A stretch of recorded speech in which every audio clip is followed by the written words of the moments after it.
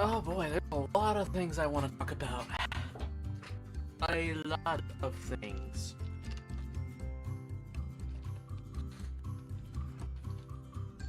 And we only have a little bit amount of time to do it.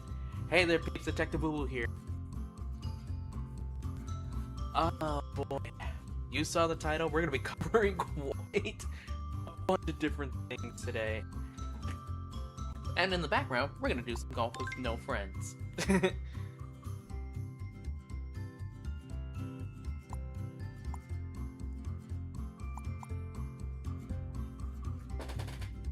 My mic's glitchy? Motherfucker. Hold on, give me a moment. Set the thing up.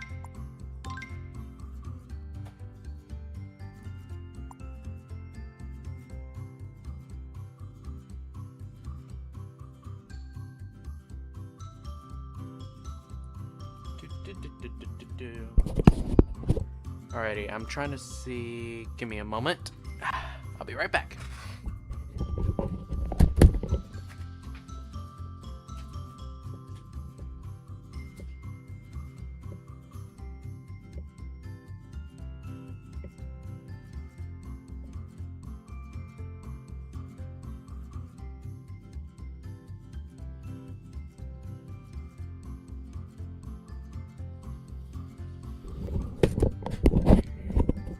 Alrighty, hopefully, yeah, it doesn't sound too glitchy, but who knows.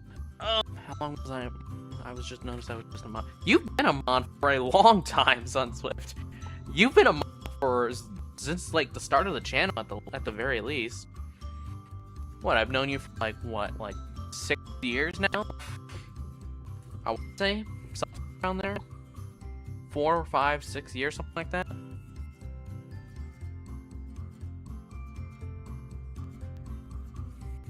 But anyway, I'm getting off track. Let's jump right into a game. First off, let me get the settings that I want, though. So, at 3:15 my time, which was about 3 hours ago, I went and saw... I don't know why I have collision mode enabled. I'm literally playing with no one else. I went and saw the Super Mario Galaxy movie. I found time today to do it.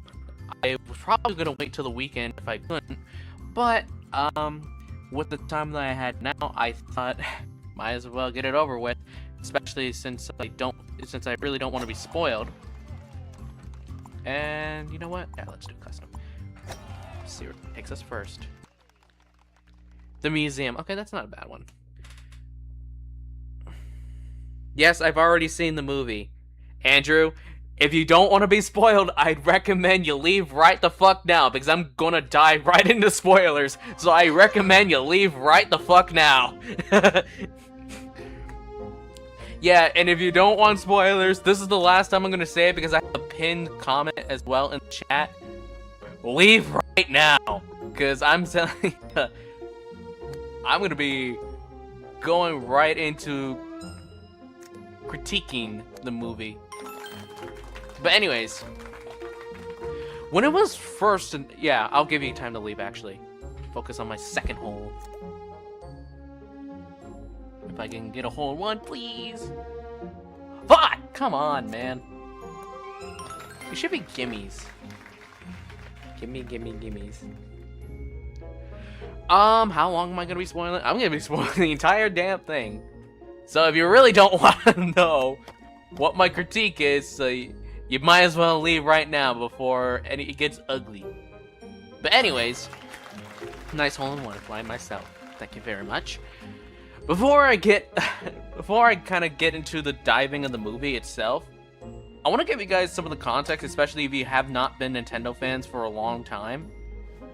When it was announced that the Super Mario Galaxy movie was gonna be based on the Super Mario Galaxy games.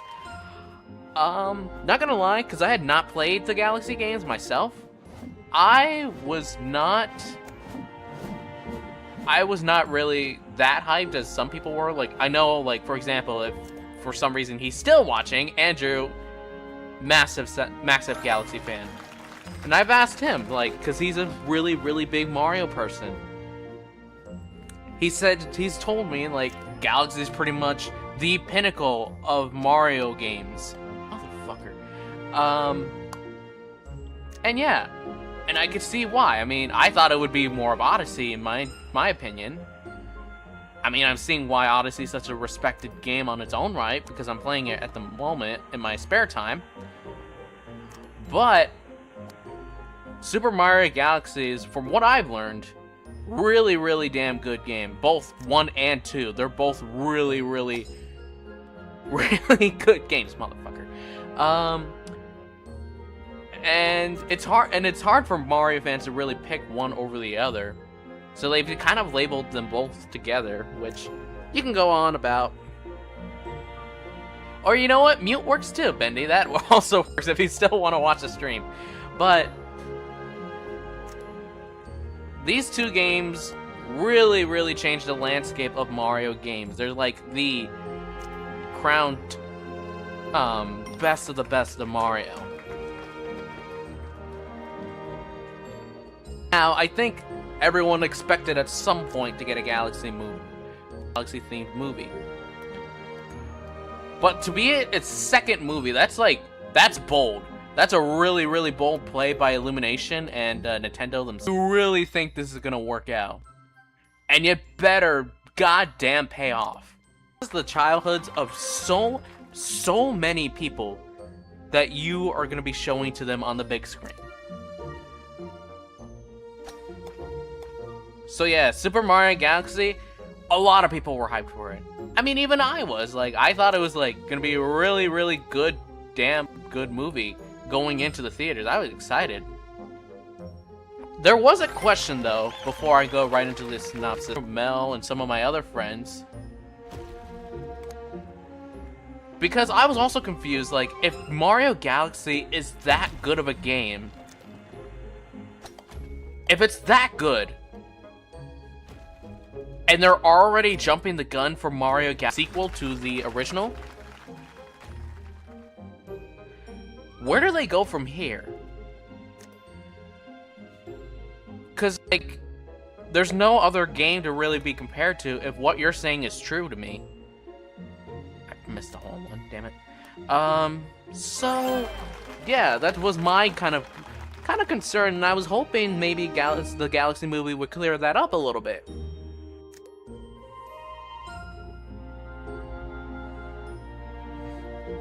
Again, this is something I really want to discuss, because I just got back from the movie, so if you don't want spoilers, don't feel you have to watch this, or you can do what Bendy's doing, just watch on mute and just watch my terrible gameplay.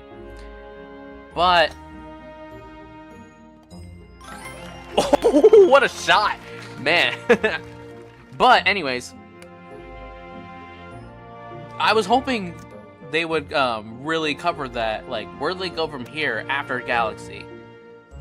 Especially considering this franchise is going to be compared to Sonic a lot, considering these two, they're the best of their franchise when it comes to movies. Like, you've had a bunch of different Mario movies in the past that have just flat out flopped. And then you've had, like, Sonic has had the reputation of just not everything else either. Like, you're kind of in the competition with Sonic at this point. And we've discussed it, like, people have said that the second, the original Mario movie was actually better than the original Sonic movie, which I can understand that. I really can. When you take the two and compare them. But you've seen how Sonic has really, really stepped up its game. From the last time that you saw Sonic in theaters. It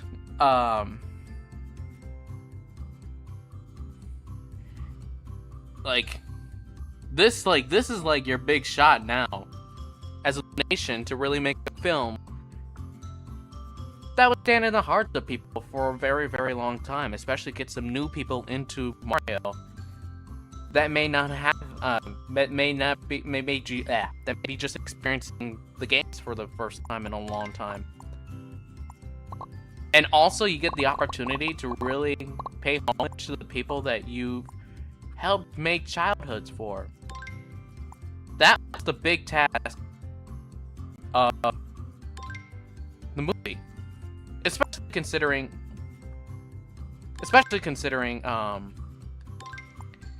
Galaxy Galaxy is what I've been hearing is a really great game. So you got that. Plus you got to drive a really good movie as well.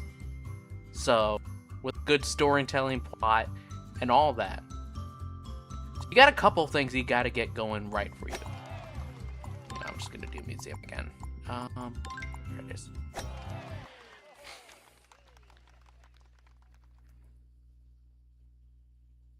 So, how do you accomplish this?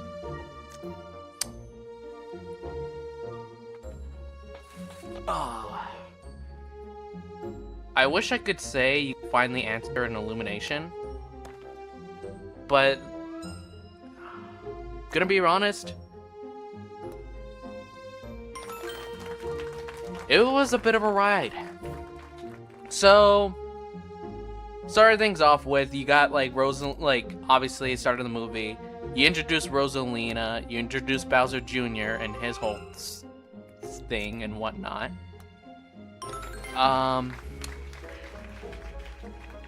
You introduce those two characters. You find out how Mario, Luigi, found Yoshi. We all saw this in the trailers and whatnot.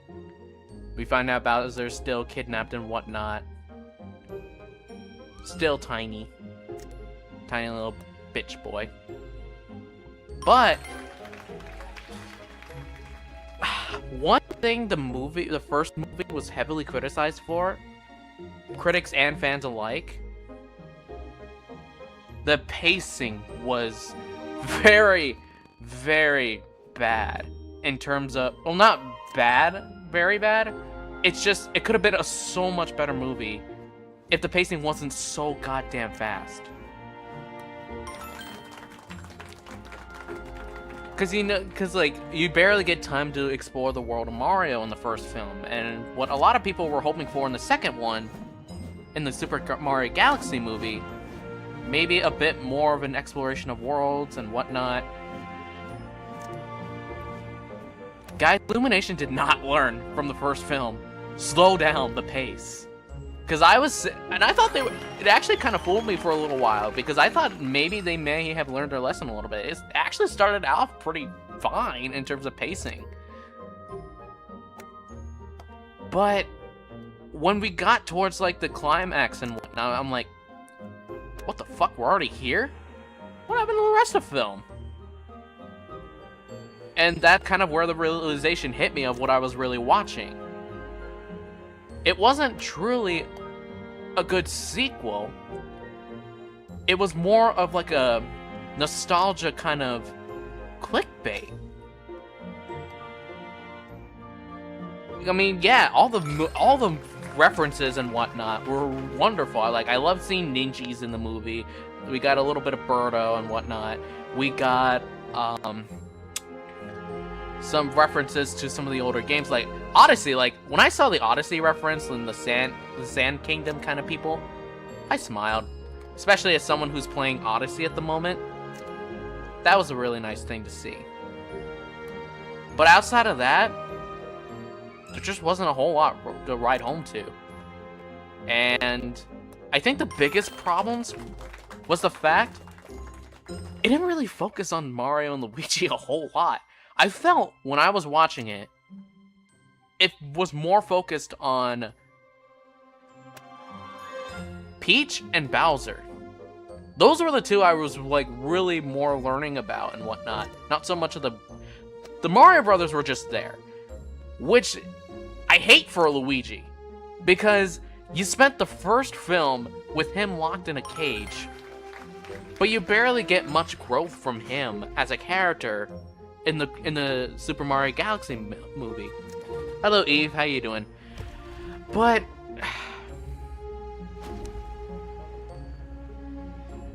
it's also weird too, because one of the things that they did really try to hammer home with the Mario Brothers was Mario was starting to have a thing for Peach, which I thought, like, okay, that's nice. It's kind of like a little slap in the face of Nintendo, who literally said, like, a few months ago that Mario and Luigi are just good friends, which everyone knows that's a goddamn lie and a half. But you didn't really explore much of it other than just the occasional teasing of Luigi and Yoshi at the fact. There wasn't much to really lean into that, and that was a big missed opportunity, in my opinion, to really kind of grow the characters a little bit. You got Luigi, who's supposed to be like Mario's like best friend and whatnot, his younger brother. You missed an opportunity to where maybe Luigi could have a heart-to-heart with Mario about how to tackle these feelings like this. I know Luigi's not exactly an expert in romance and whatnot, but at least maybe he could give Mario some support of like, oh, I think you're doing enough for Peach and whatnot. If you really want to get her, you're gonna have to have confidence in yourself that what you're doing is enough.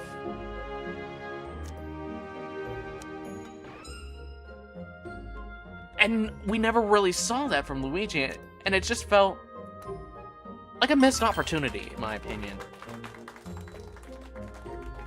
Like, maybe we could have learned more about, like, how Luigi and Mario function as a brotherly duo, rather than, especially when conflict arises for them, instead of just, oh, Luigi's trapped and whatnot, let's have Mario save him and everything. Like we had in the first film. We had a really good opportunity to learn more about this brotherly duo, but we never really got that.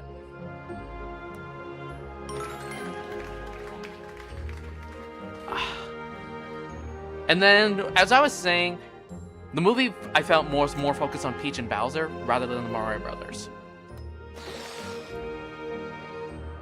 Damn it. Let's start off with Peach. Okay, so it's a nice touch for Peach, in my opinion. It was a nice twist to see that, oh, Peach and Rosie are actually related. I actually thought maybe, ooh, that's actually an interesting thought, because we never really know much about Peach in the games herself, other than, oh, she's just a damsel in distress that needs Mario to save her all the goddamn time. We only really got was, oh, I don't know where I came from, and then suddenly, all of a sudden, you find your answer with Rosalina now being captured, and then suddenly everything clicks back from you. And then the reunion, it didn't feel like... It didn't exactly feel like, oh, this was like something I had been longing for a long time. This felt more like, oh, I'm so happy to see you, I can't believe you came back, and whatnot. I felt like it could have been explored a little more. And also, another thing with Mario and whatnot,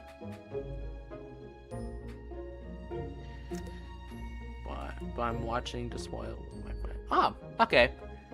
You do that. But anyways, it was another missed opportunity for Mario in terms of comforting, like to build character a little bit for both Peach and Mario. Motherfucker. Damn it. But anyways, yeah. Peach has a moment because they're finally rescued by the Lumas from that planet or whatnot. And Peach finally discovers that Rosie is her sister. I'm gonna be honest, I made predictions going into the Mario movie. One of them was, I wouldn't be surprised if Rosie and Peach were related in some way. Considering how old or how much more wiser Rosie actually is, I thought it would be, oh, maybe Rosie's like Peach's mom or something like that. But no, it actually makes more sense with their siblings now I'm thinking about it. But there was a couple of problems with the scene where it was revealed like to be such. First thing, you heard about my grappling about the pacing.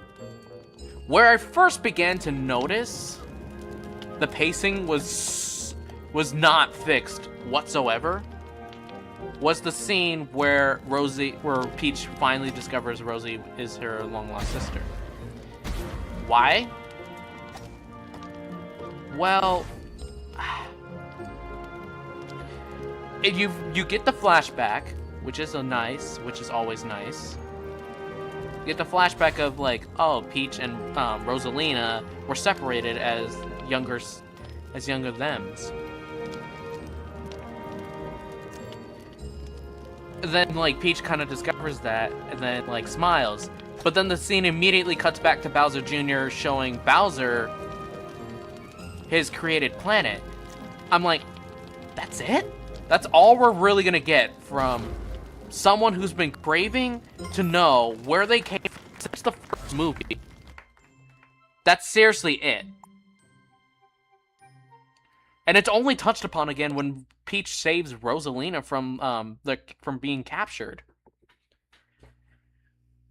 And I'm like, that's kind of a disappointing kind of like reveal. I'm like, I was expecting a little more, maybe like, and you had Mario there too, because Mario had followed Peach into whatever library, whatever that lobby thing is, in the and I'm like, this could be a golden opportunity for Mario not only to like gain some confidence to talk to Peach about certain things, maybe gain some trust and love from her, but also to kind of give Peach a chance to kind of grapple everything she just knew and just learned and whatnot, and to kind of connect with Mario a little more.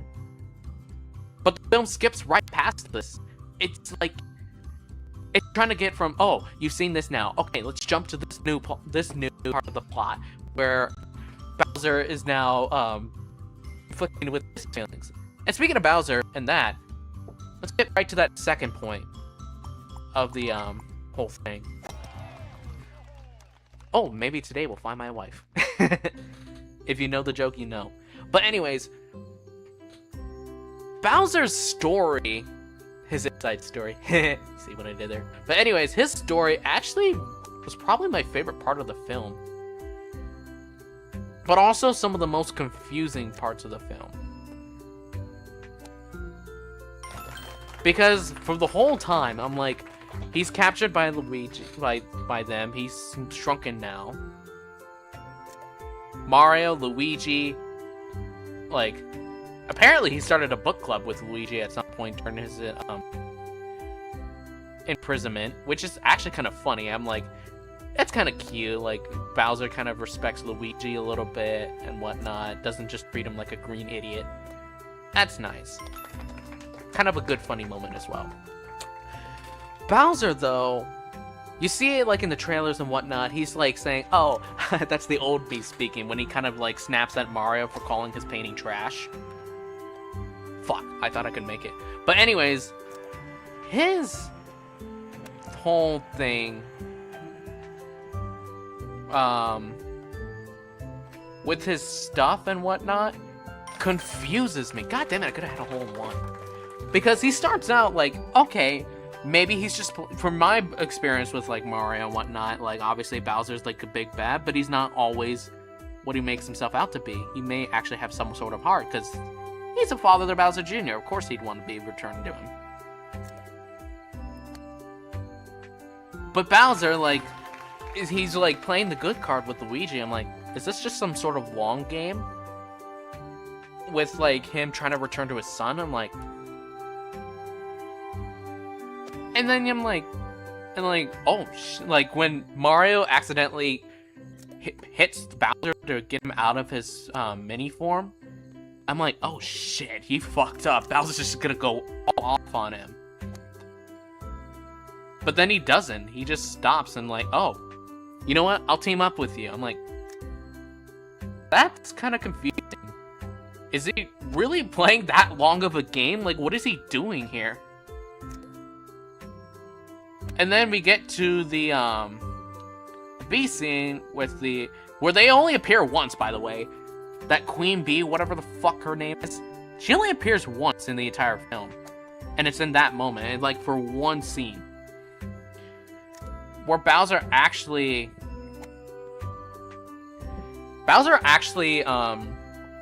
volunteers himself to be imprisoned by her when Mario and Luigi try to go for any sort of transportation to like the galaxies and whatnot.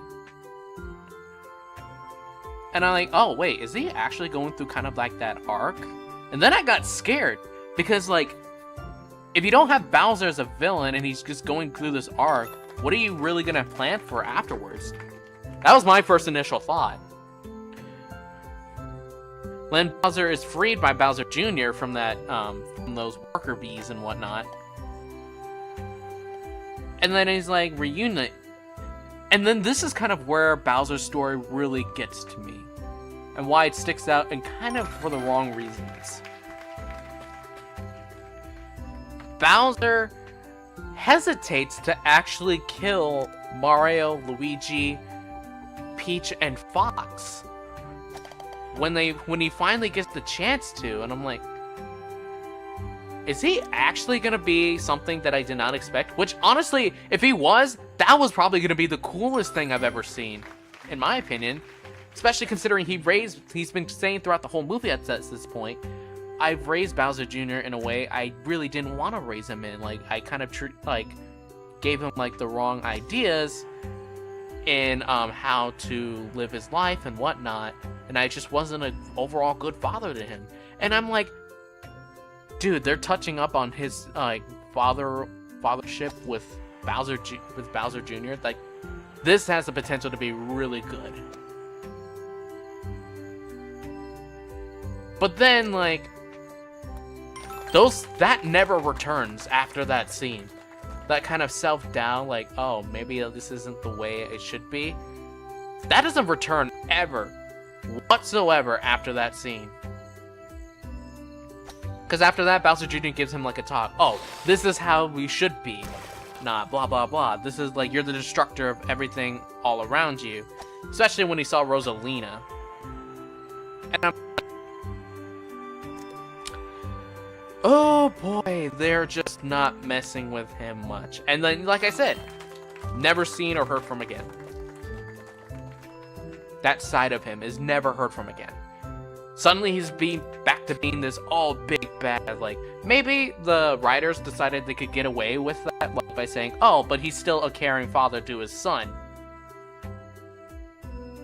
But when you have Bowser, like, treat his own son, or say that his treatment of like how he raised him wasn't all good, and then you actually have him get backed up with good qualities and whatnot, even not killing Mario and everyone else. How do you expect me to believe that he just suddenly snapped like that? I mean, yeah, he's a really bad guy at heart, but like, we've seen Bowser throughout the games as well. Even Eggman, like during the Sonic games, was like, oh shit, I'm not gonna fucking destroy the Earth. I just want to overrule it. And then when he finally gets the chance to redeem himself, he actually does. And that's what separates these two arcs. Eggman actually learned and actually managed to give care and actually had a really good developed story for his like trauma as a child. Like, not really trauma, but I guess no one really ever found love for him and his family. And then when he finally gets it, he learns that the person who wants it just wants to destroy the world and all of humanity. And then Eggman's like, actually has the balls to say, no. I mean, yes, humanity is a joke, but I don't want to kill everyone. And he actually acknowledges his true, like, care for Agent Stone, the one person who actually remembered him and, like, actually cared for him. You could say the same thing for Bowser, sure. Like, he cared for his son, Bowser Jr. But when you throw in a conflict like that, where he actually kind of cared for the protagonist a little bit, it just feels off. Like, and then just never address it again. That feels so off.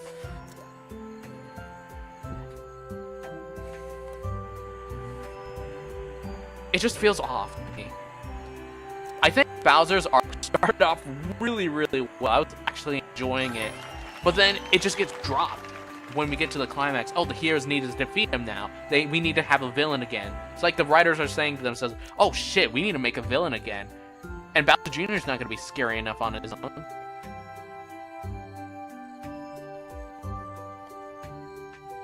I mean, we get a little bit of character growth in Mario when, oh, good chip in.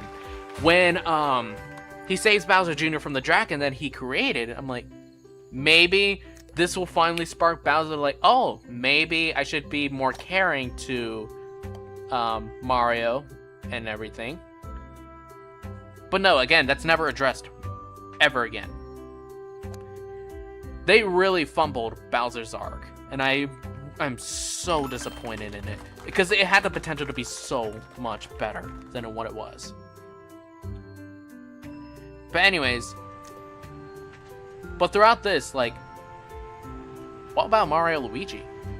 I mean, they're the title characters, or I guess the Mario Brothers are the title characters, aren't they? Where are they in all of this? And the truth of the matter is, there's really not much going on with them in terms of character development, storytelling, and whatnot. Mario... Okay, what can I remember about Mario? I just saw this film like I just finished watching this movie like an hour ago, if that.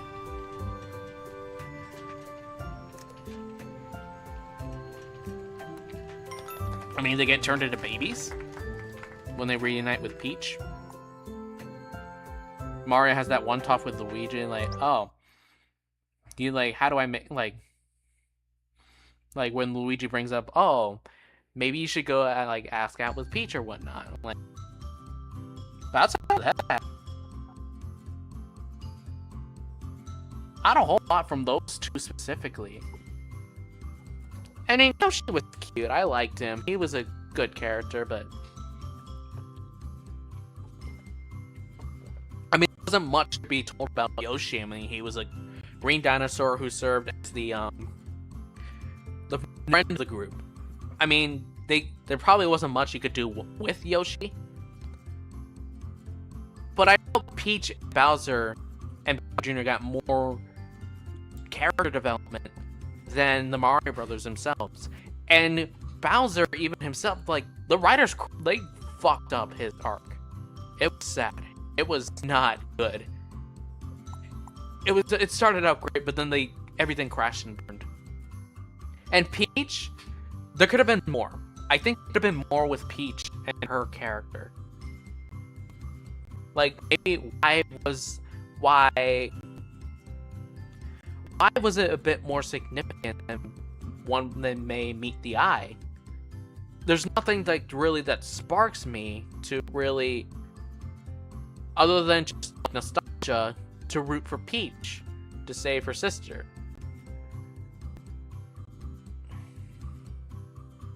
And then another thing too, Rosalina is supposed to be this all-powerful being who is used by Bowser Jr. to charge up his super weapon of whatnot. Oh, we're doing worms, nice. He's supposed to charge up his super weapon and whatnot to destroy the Mushroom Kingdom, to destroy the universe. That's a terrifying threat. But then what the fuck was Bowser doing trying to grab the star other than... Was he just really trying to get with Peach? Is that all he was really doing? Is that all he was doing? Then why did he abandon his son for so many years? And another thing too, if they haven't seen each other in a long time, how does Kamek stay in contact with both of them, and how does Bowser not just like scream or whatnot for just see his son when Kamek's around or whatnot? Because Bowser Jr. is never brought up in the first film. It's just confusing to me, like how, like there's some plot hole, just a little bit of a plot hole in that. Oh shit. And I'm like, that could be done a whole lot better. A whole lot better. For Peach.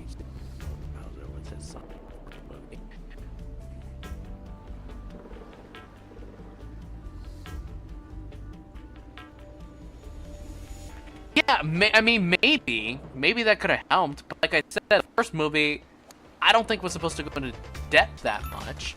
Maybe this time, maybe like, I don't know, maybe Peach could have given him like a, because it sounded like Bowser really cared for his son, and if if his goal was to really get Peach to be his wife, why would he never mention Bowser Jr.? Because there's no evidence of Bowser ever like, or Peach knowing of Bowser Jr.'s existence until like this movie. Like maybe like she could have given him like a, because she kept Mario and Luigi in charge of the kingdom while he was gone, and if Peach suspected it's who she thought captured Rosalina, maybe give him like a heads up. Oh, he might be targeting the kingdom next. You probably should be set up your defenses or whatnot. See what I'm getting at? It's just like there's that kind of plot hole really kind of messes with me a little bit. But what messes with me more is the character development of Mario, Luigi. Like, they didn't really get much attention with those two, which it's a shame. Yeah, I'm not gonna make it back. Oh well.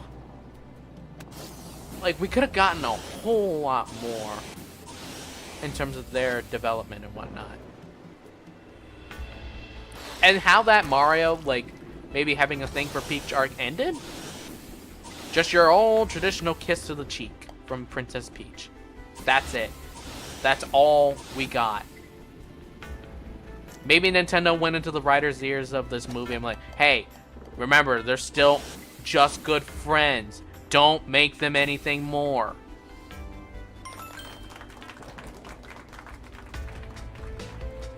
Like, that was it. That's just how it was left at.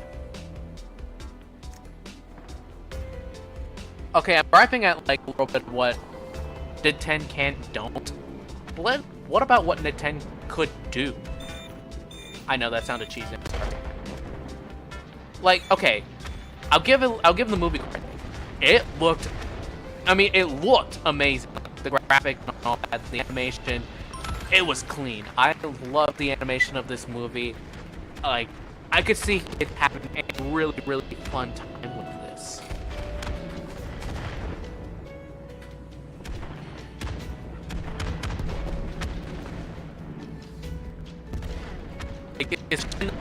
And the fight scenes were actually pretty good too. Like, there were some really good scenes with like them all fighting each other and whatnot. The spaceship battle between Bowser Jr. and Fox McCloud was really good. I liked the fight itself, but the impact of the scene of the especially the final fight, I felt like it was taken away because the story just had not developed Mario in a way, because it was mostly Mario's fight at the very end between Bowser Jr. and Bowser, to where they hadn't really developed Mario in a way where saving Bowser Jr. was impactful to him. Because remember, the only encounter between the two personally has been Bowser Jr. just trying to kill Mario and them. That's the only time like they really done. Because what has Bowser Jr. really done to get saved? I mean, sure, maybe Mario had grown something a little bit with Bowser, but you could see Bowser had not changed. He really had not at the end. And if we're going along the lines that, hey, he didn't really deserve to, okay, like, maybe his, like, thing was a whole, like, long play. Even when Mario chose to save Bowser Jr., when he really didn't have to. Yeah, like, you got a little, yay, happy reunion between Bowser Jr. and Bowser. But then they immediately get arrested.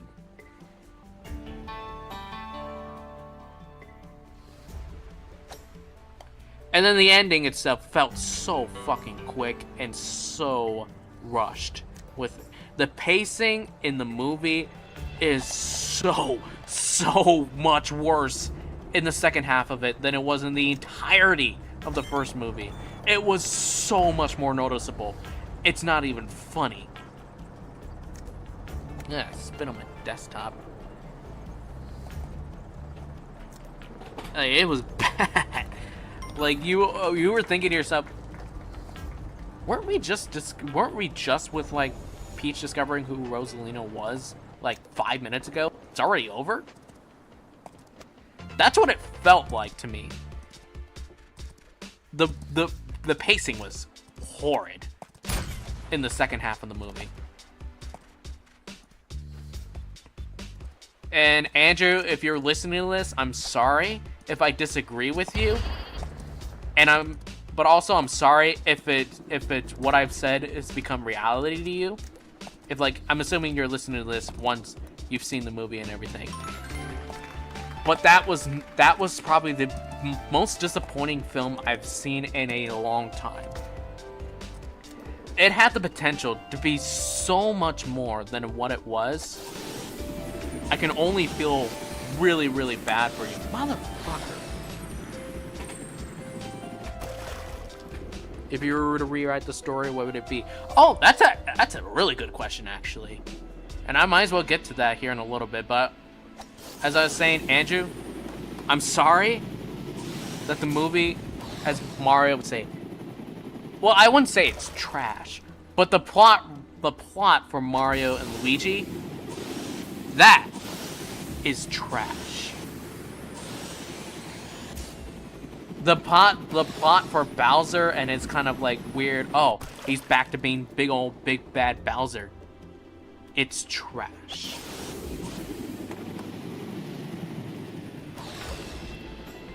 The emotional impact between Rosalina and Peach, it's trash. Like, there was so much missing. And you know what? There's two big problems with the Mario movie. I already mentioned one of them. It's just the pacing was so bad, especially in the second half of the film. It was so much worse. But the second thing I want to mention, it just felt like nostalgia clickbait.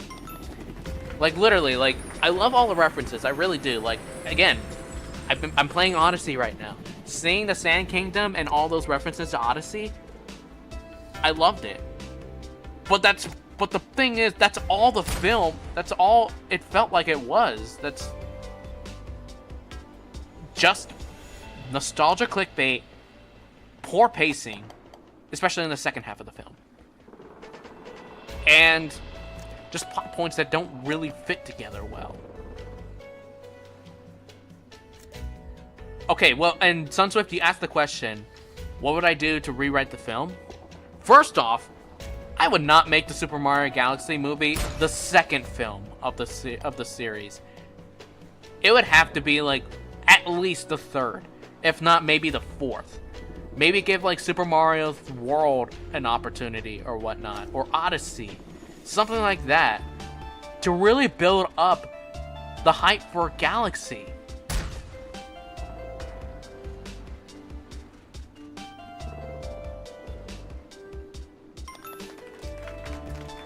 Like I said at the beginning, Mario Galaxy was probably the biggest game that, like, someone like Andrew, who's a big Nintendo fan and a big Mario fan in general, he grew up with that game. The movie itself is supposed to really cling to the hearts of these longtime fans of Mario for maybe the rest of their lives. And this is all we got? God, I would feel so bad for people who are going to see it this weekend, or we're gonna go see it with friends and family. Like, I know Mel and Burger are gonna go see it together at some point. Like, I'm gonna feel bad, so bad, for them when they find out what they're watching, because this is not it. Whatever this is, it's just, it could have been so. I'm not saying it was the worst movie I've ever seen. Far from it. I actually liked it overall. It was fine. It was a fun movie. But when you get the hype that I've been receiving from people, this should have been more than just fun. This should have been something life-changing, like how Sonic 3 was. This had the potential to be something fantastic, but instead all we got was nostalgia, kind of like clickbait, poor pacing, again, and plot points that just don't really fit well together. And for something like Galaxy to be receiving something like this is just utterly, utterly disappointing. That bitch has better pace in the movie. Honestly, like, they'll build up... Because I know the thing is, for Mario, he's never really had much character development in his games. That's kind of to be expected. All you really got was, oh, Mario went on adventures, blah, blah, blah. Parkour levels, yes. Because that's how the games work. But in a movie setting, you really have to really embrace character development in these types of movies. Like, otherwise, your films are not going to really... Your films are just not going to sit well with the people who paid good money to go see them. Which is sad, because, like, I know a lot of people are going to be hyped for this. They're going to be met with disappointment over the weekend. God damn it. What the? Oh, wait, that's right. This is downstairs. But they're going to be met with a bunch of disappointment. Why? Because this is a movie they've been wanting to see for a long time. They got a bit of a treat. They get to go see it a lot sooner than they would have expected. But this is all it comes out to. And honestly, I probably should have known better than to trust Illumination to make a movie that was really going to be something like that.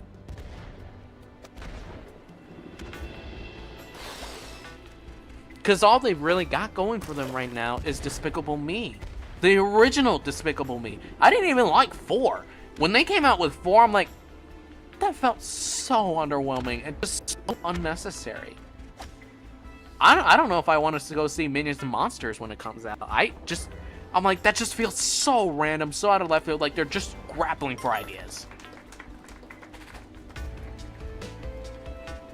And it's sad because, like, Mario has a really, really loyal fan base, despite everything Nintendo's doing right now to piss everyone off in that fandom. But this is all you're getting from Mario, from Illumination. Can you push me somewhere else?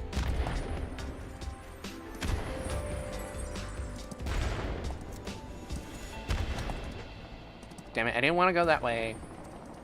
You know what? Sure.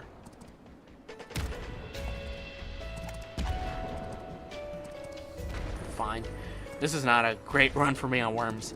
But yeah. I feel like the film could have been so much more. It had the potential to be something great. But instead, this is like all we got. And I'm just heavily disappointed. Maybe I'll see it again, like when it comes to streaming platforms and whatnot. Maybe like we'll have a movie night on VR where we watch this movie. I'm like... But I'm just saying, like, for Galaxy to be this disappointing of a film is just a tragedy. Considering everything. Now, maybe I'm hyping up Sonic 3 a little bit too much. Because not only am I a really big Sonic fan, and that it's the movies that got me into the franchise in the first place,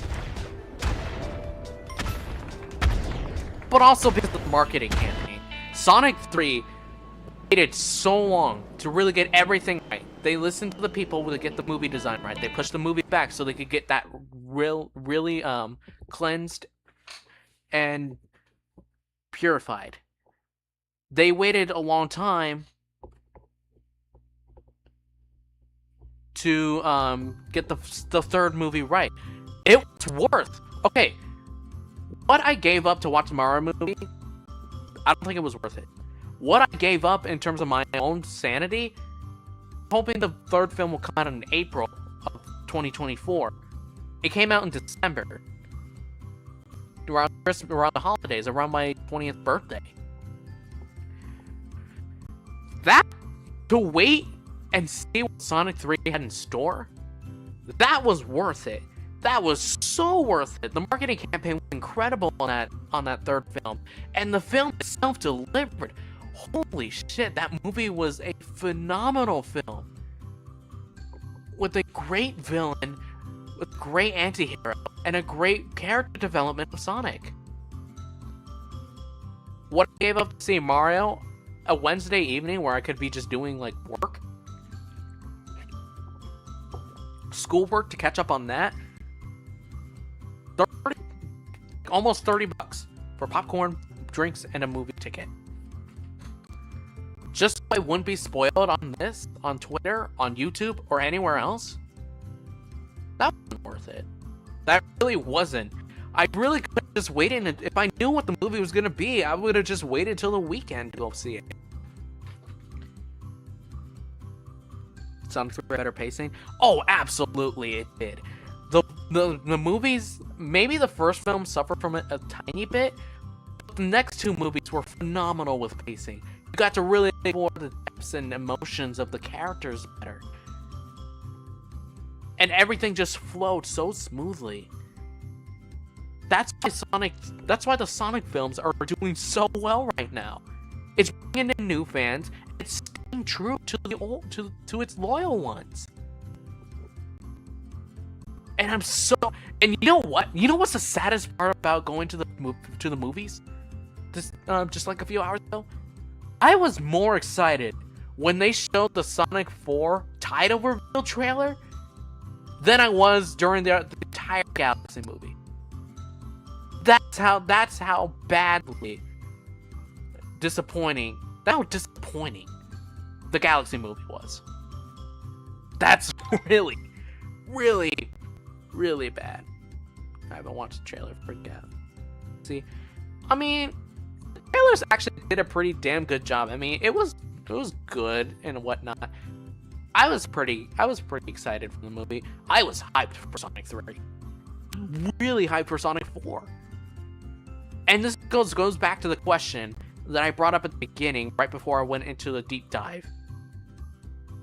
Sonic 4, the Sonic Cinematic Universe, definitely has a pattern going for it. It really does. But Mario, after this, where do you go from here? Are you just going to like spin-offs of like Luigi's Mansion, DK Country? Where are you gonna go from here? Especially if you're just gonna be putting out stuff like this. Like, this is just nostalgia traps. That's all this is. Sonic has a truly good developing story with characters that stay true to their true core identities while being able to creatively devise a plot that works for modern audiences. That's what Paramount does right with Sonic. And what Illumination just is not doing with Mario. They're not fleshing out characters to their full potential. Rosalina and Peach definitely had chances to be something really good. But it just felt more like a plot checklist and a character checklist. And that's what really disappoints me. The wedding scene on it too. Okay, maybe I think a lot of people really kind of shout out. I thought it was fun. Necessary? Maybe not. But I still enjoyed Sonic 2 overall. Though it didn't weigh down on the rest of the movie. That's what I loved about it.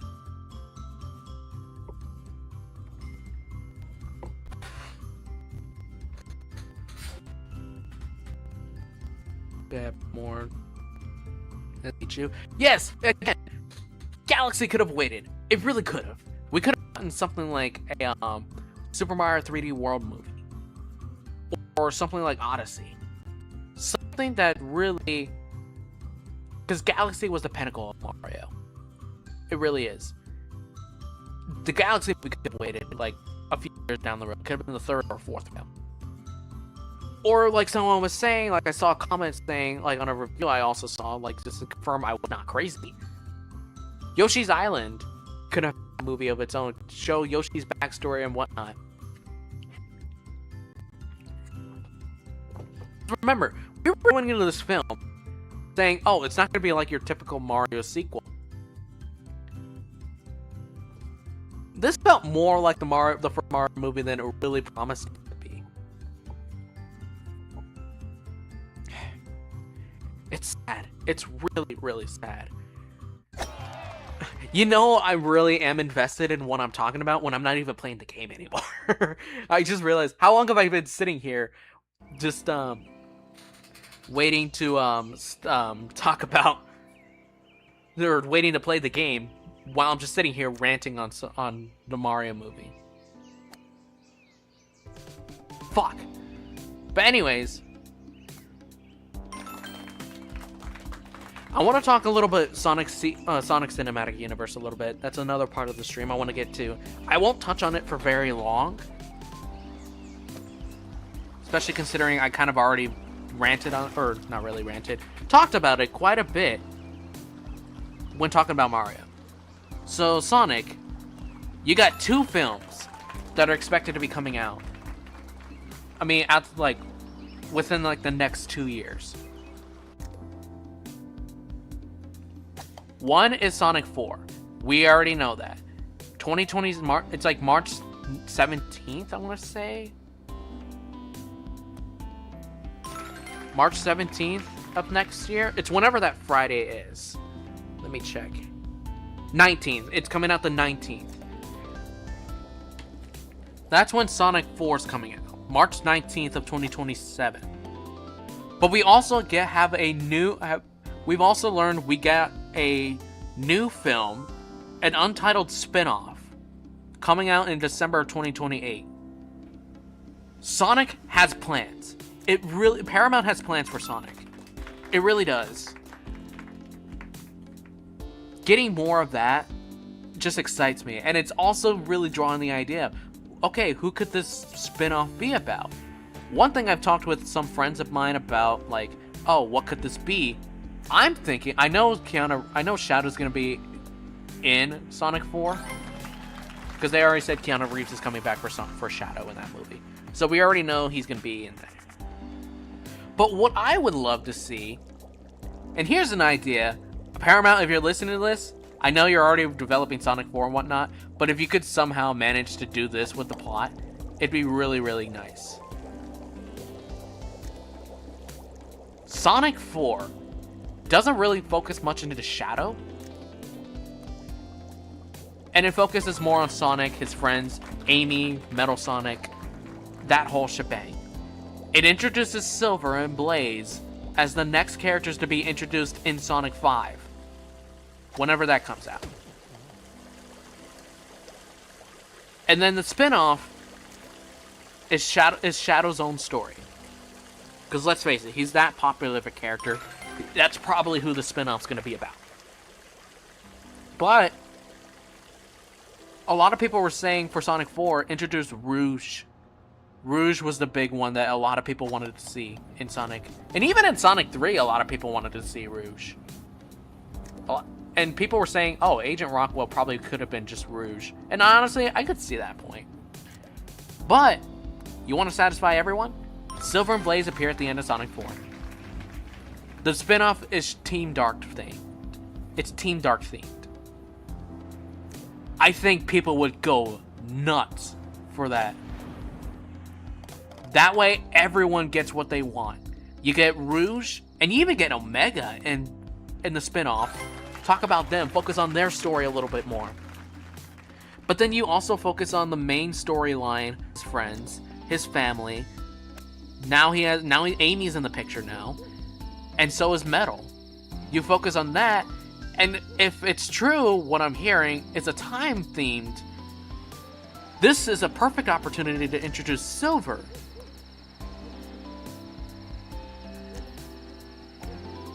And then JP had said, like, on a something related to when the trailer or the teaser trailer dropped, he heard Live His World.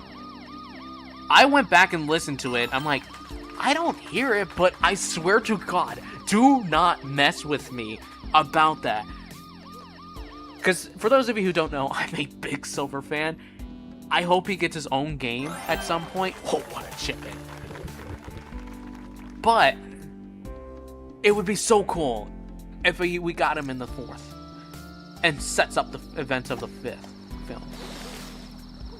It would be so cool.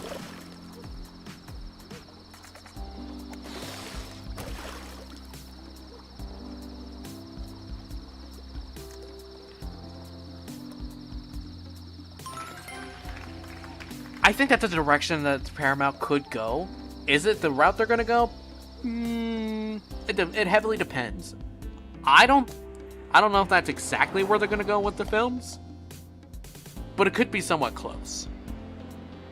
Because we already know it's gonna be like CD theme. It's like the movie is gonna be heavily based off Sonic CD.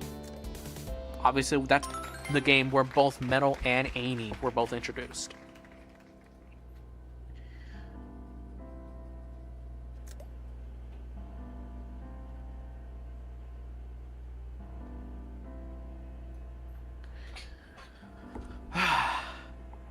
But yeah, long story short, Mario, the films of Mario have no hope.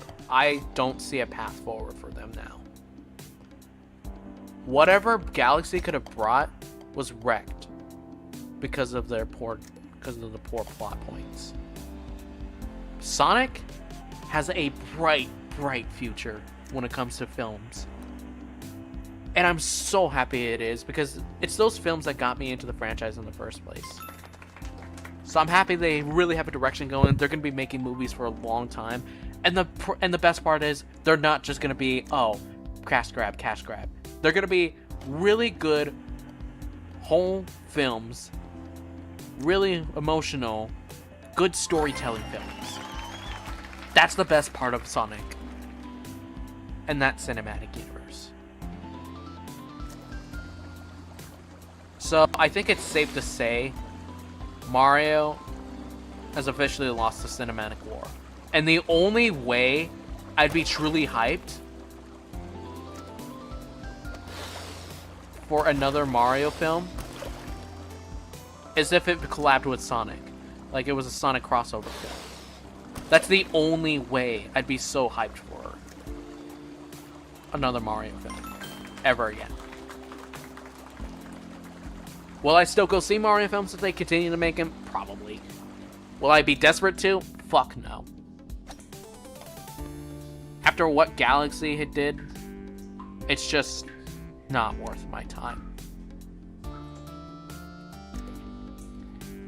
But Sonic, I will keep selling my soul to get more films like that. Paramount, don't disappoint. Alrighty, I think we're done talking about, I think we're done talking about Mario. Shit. I think we're done talking about Mario, Sonic, all that good stuff in the movies. I think it's time we turn the attention to the other big entertainment thing I want to talk about before we get to the Hunger Games draw. We're still doing it, don't worry.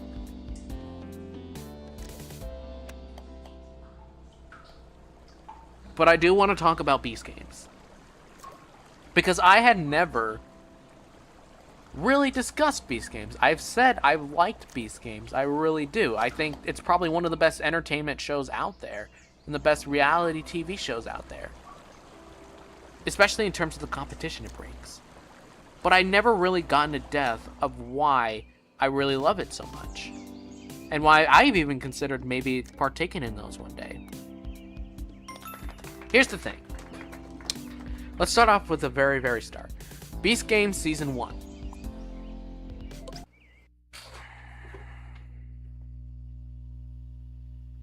Okay, let me also just do.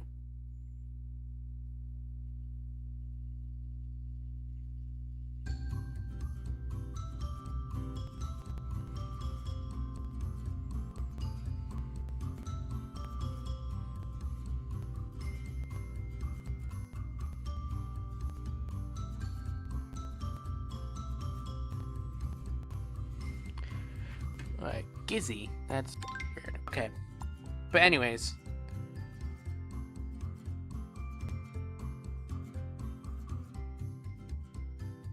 Oh my god, Zoe.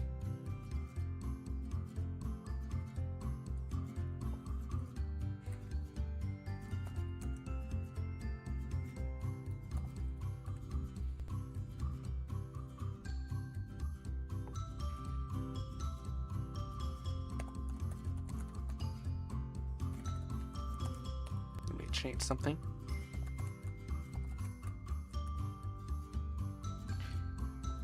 Alrighty, that's all taken care of.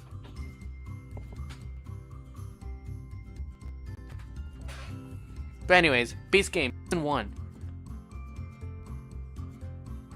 One of the things the critics really hated about it was just like it was all CGI. It really felt like it was just not true entertainment.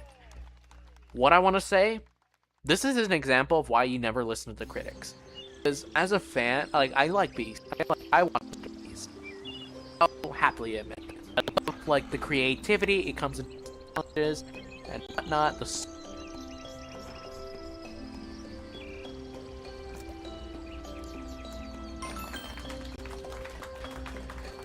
And I was excited when Games first was announced. I was really gonna watch it. And I was not disappointed with the result.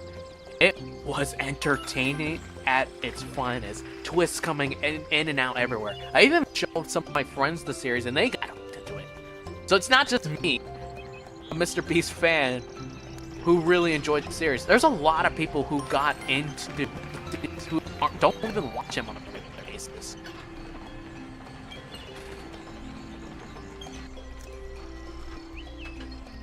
But anyways, Season 1 definitely had its fair share of moments where it could have been better, but overall, it was such a fantastic season. And if you don't want spoilers, I apologize, but you're gonna have to mute again, my stream again, or just leave. One of the two. I'm sorry. But the thing about it is, there was even a bonus episode, like, before the series even began. 2,000 people met in Las Vegas to do the initial games. It was entertainment at its finest. And the twist at the end of that video that I saw, nothing I would ever could have possibly imagined. And then Season 1, like the actual episode, entertainment at its finest. The games were so stressful. Everyone was like freaking out about everything. The mood changes in the episode were so good. And then you get to the next few episodes, it continues that trend. It really was, and we want to watch more after that. And then there were some contestants that I really, really loved, including the winner, Jeff. Probably the most wholesome and probably the best person who could have ever won that. Even people like Dino, who got over, which he helped his team by declining $1 million just to not eliminate them. He earned good points for that.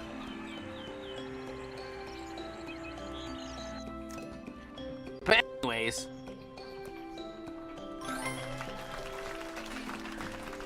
and then we really got to know the people behind them. We got to maybe like top 20, top 50, something like that. We got to know some people more, like the Island winner, Mia, the Hibibibi brothers, who really screwed over someone in the cubes.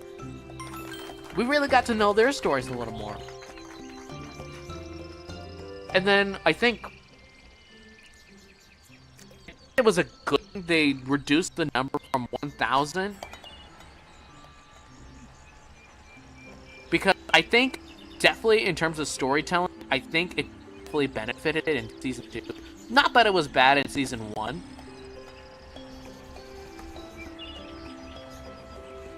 But it felt like a lot of those people could have had their stories told. And a lot of them missed out on it.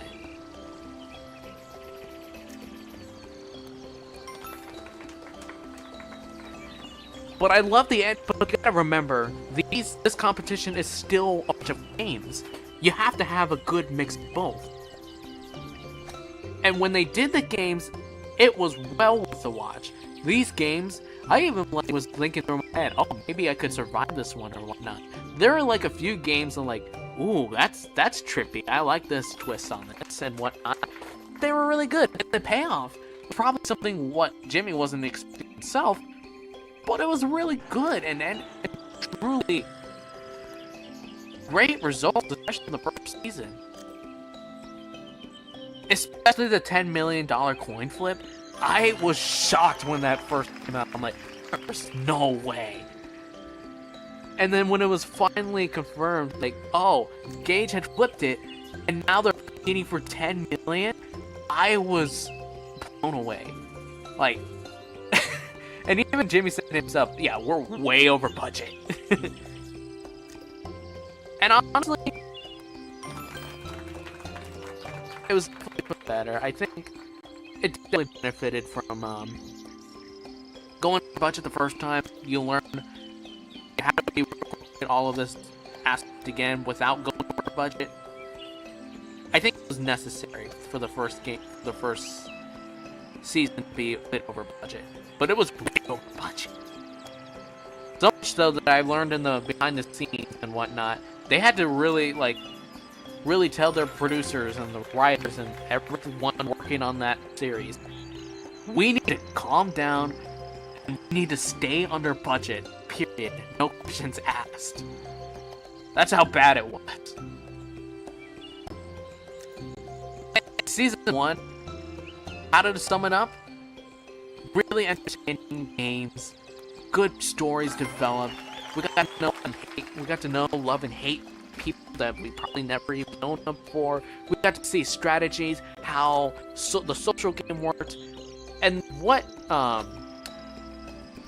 someone that I'll mention later on said about Beast Games in one of the behind the scenes for season 2.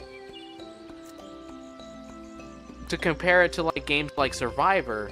Survivor is a game of who you are when everything is taken from you. Beast Games is a test of who you are and how much you're willing to sacrifice for money. And what amount of money will get you. And that's what I love about these kind of social experimental games. It really tests that out of a person. And I think Beast pulls that off really well.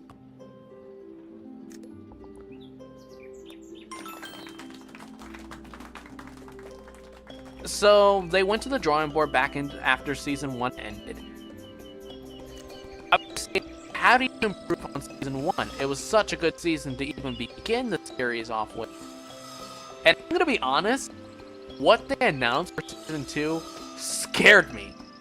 Because they decided to go with strong versus smart. And immediately panic filled through me, because I've seen shows and reality shows where once they get into like a theme, that's where the show starts to go downhill. The best example I could say was The Masked Singer. And for me, The Masked Singer was pretty good. Like, I really loved the show, especially when the first few seasons came out and whatnot. But the problem was, it's not that when it started, it's not really when it started, but it's certainly where I first noticed. They did a season where they, like, the character designs were all based on, like, 3 categories. The good, the bad, and the ugly. That show started going downhill when they started to do stuff to the format that really messed with the show. And really kicked off good singers way too early. That's when I really started not to watch The Masked Singer anymore. And I was hoping for Beast Game's sake, because I loved the first season so much, that it would not fall down that same trap. Beast Game Season 2, by far is better than Season 1. By far. And I'll tell you why. Oh, we're doing Escapist again, okay. Season 2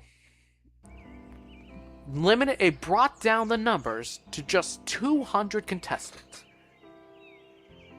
And the payoff was what Jimmy really would have wanted. We got more character death and more storytelling from the contestants from like the top few. That was great. And then in episode 1, the big twist with the 100 people who got to the city.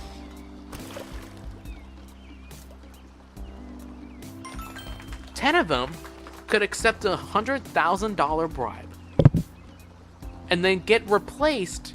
They'd eliminate themselves, but they get replaced by a guard. Who were these guards? The most infamous people from Season 1, including the Season 1 winner, Jeff. That was exciting. And yeah, and then the games from there were also really good. I think there is one game that had a major flaw in it, but I'll discuss it when I get to like the cons of Beast games. But for now, yeah, it was really going well for them. We got to know more. Like, I knew probably more people from Season 2 than I did from Season 1. Like, I got to know, like, Ian. I got to know Tyler, who ended up winning the season. I got to know Corey a little bit. I got to know Monica and Jim. I got to know August, Jack, Nick. And then there were clear different alliances, and it was so interesting of how people watched the first season and then decided to adapt into the second season. That was an interesting development I watched.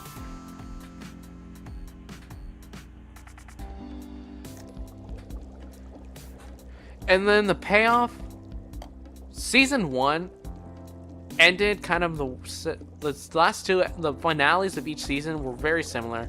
They were slightly different, and I don't mind that. I think it could get a bit more creative when it comes to that, but I don't mind it because the games actually worked. Especially the final game. In the first season, they introduced this game where it's a mind game, where I love mind games. I love messing with the people's minds. I probably should be careful saying that. I love messing with the minds in game theory. I love messing with people's minds. Like making them think, oh, I'm going here or whatnot, when in reality, I'm doing this. In Season 1, there was a game at the very end where one person would put the $10 million check into a briefcase. The other person would have to interrogate the person who put it in the case, find out which case they put it in, and they have to pick a case to open. If they get it right, they instantly win. If they don't, they go to a different round and the case is removed.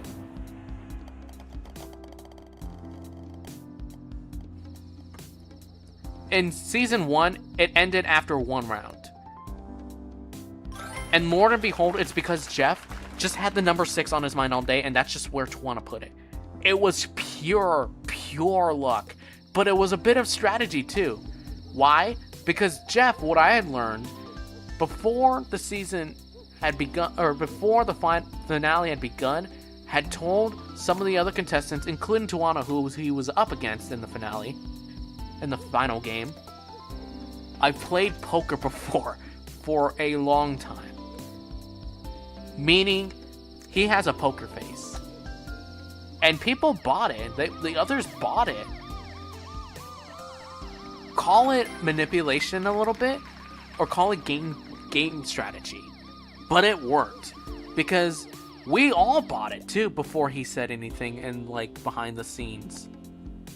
We had thought like, oh, Jeff just easily read her. Like, she was giving it away, and he was already a poker player to begin with. He, of course, knows how to read faces. But no. It just so happened he just wanted number 6 from the very, very beginning. And that's just what came up in front of him. Because what he said to Jimmy, the night before everything, like the past few nights, 6 has been on my mind for a long time. The finale has 6 contestants left in it. We started doing stuff at 6 a.m. Or we started getting ready at 6 p.m.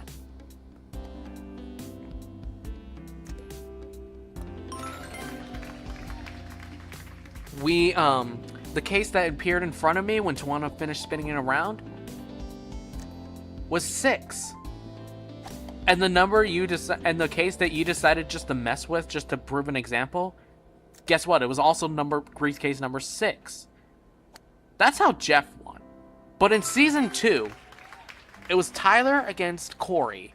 And that was probably one of the biggest battles I've ever seen of that game in the... Well, probably the only other battle I've ever seen.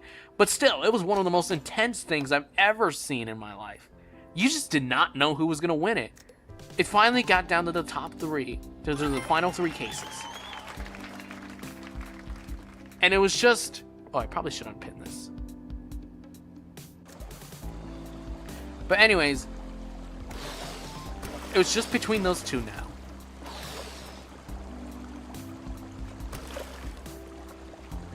And then finally, after several rounds, probably after 7 rounds, Tyler finally won it. Incredible. And there was even a strategy where I thought what people should have been doing in the first place, implemented by Corey, or implemented by Tyler, I'm sorry. Corey copied it. After like round, I want to say like 3 or something, where he was like, I closed my eyes, put it in a random case, and shuffled it. Even I don't know where it is. And it was genius too, because that meant Corey couldn't have possibly read a poker, try to read a face, because how do you know if you're lying or not if you even don't know where you put your own case? Damn it. But anyways, that's the genius of that play, and I'm surprised many people didn't pick up on that before. Season 2 also saw probably one of the biggest plot twists I've ever seen in my entire life, where Tyler knocked out August in the finale by breaking his heart with the soccer ball. That shocked me, because even I was thinking, okay, because it was clear why. Hey, he didn't want to target Hannah because everyone else was targeting Hannah.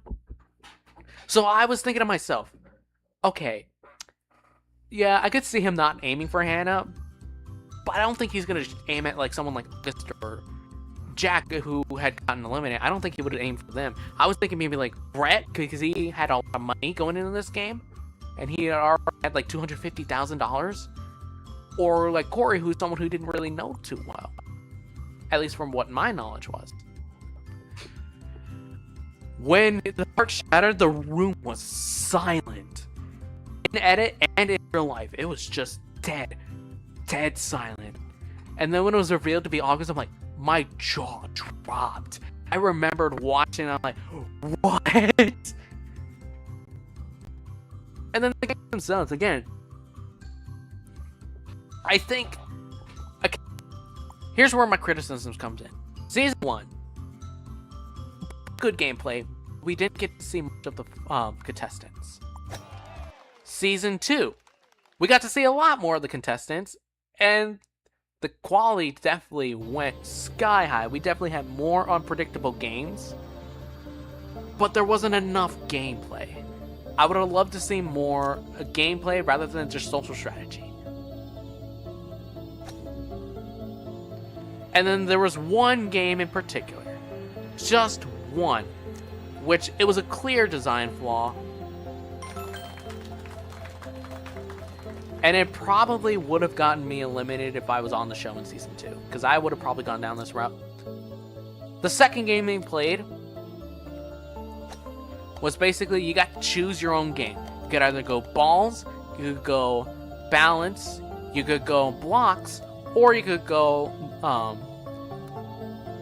I don't know what you called it, but it was like, bluff. That's what it was, bluff. I would have personally gone bluff. And I thought maybe it was like, oh, okay, bluffing, like, oh, you get like a deal or no deal kind of stuff. Something along those lines. And what we got instead, probably, again, design flaw, but it probably would have saved a lot of people more time if we just skipped that one. Ooh, I'm getting some good hole-in-ones. There's a new Among Us April Fool's event. It's going back to the other day. I saw that, and I'm like, what? I'm like, dude, I'm streaming that before the event ends. I'm streaming it, at least in, like, public office, because that's cool. But anyways, but the game itself was basically, you can lie if you want to, but you don't have to. Which sounds good on paper. It really does sound good. But the problem is, no one was willing to lie to each other. And that's kind of the idea. I mean, I think it's the result of a lot of... I think the game itself probably could have worked in Season 1. It could not work in Season 2. And here's why. When you watch Season 1, you get the understanding that you kind of want to be on people's good sides. You want to be on people's good sides. Because if you aren't, you're not going to make it very far. And I know a lot of people wanted to go far this season. There was a lot they were willing to do to go far. So, they needed to get on people's good sides. How did they do that? Playing honest and fair. The problem with the game that they chose is that the whole point is supposed to lie to people. Because the thing is, in that game, you're blindfolded, and then you're put, guards will put on different colored dots on the back of your head. And then you have to take your blindfolds off, and then you gotta go ask people what your color is, and then you just have to either rely on your own instinct of whether they're lying or not, or trust them to guide you to the right color. The problem was, because everyone wanted to be on each other's good side, no one wanted to be the one eliminating people in the games, or if they somehow survived that without, while doing that, being a target for future games, no one wanted to lie. And that was a problem, because that was the only way you could eliminate people in that game. Until Mr. Beast had no choice but to make it random, which is something I absolutely hate. Unless you choose to let chance decide your fate, like knowing, oh, I'm gonna leave my thing up to chance. Ha ha ha. Unless you do that, there's no reason chance should be even considered an option. And I felt bad for the people who got eliminated that way. It was frustrating, and I would have hated for my run to end like that.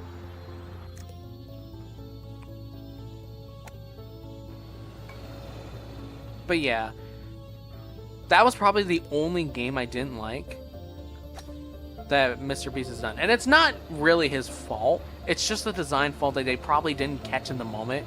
Because again, Mr. Beast designs these games with like a mindset of, oh, I'm going to do anything for the win, which means I'm going to try and eliminate people as much as I can. But he didn't consider a backup of like, oh, what if people don't want to eliminate each other? And that's some of the issues as well.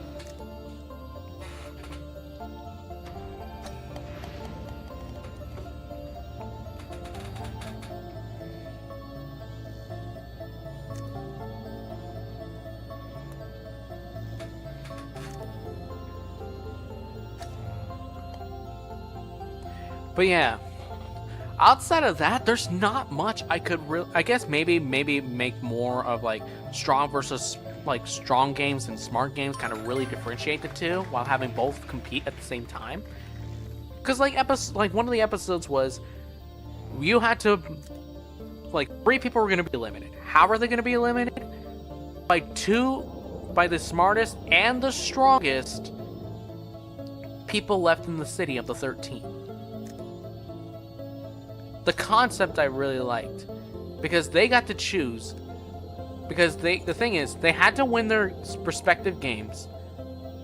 A smart game, which was memory, and a strong game, which was hold on to the rope for dear life until your contestants fall. What I liked was that it implemented those things again, and then made them do a social experiment where now they're in control of people's fates, which probably is not the best feeling to be getting at the moment in time. You had just won, you had made alliances with people. That's probably not the exact ideal thing you want to be doing, but it's the only way you can preserve yourself. That's why I love these types of games so much.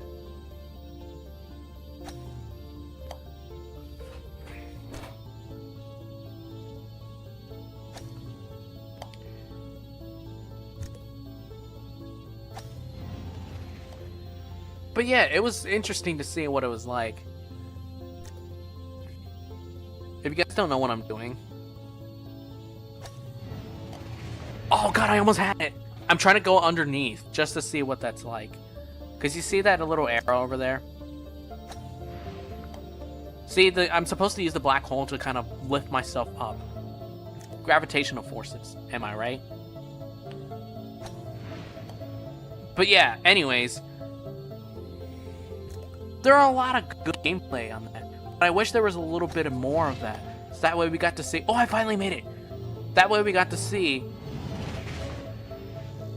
some of the strategy being put into the game.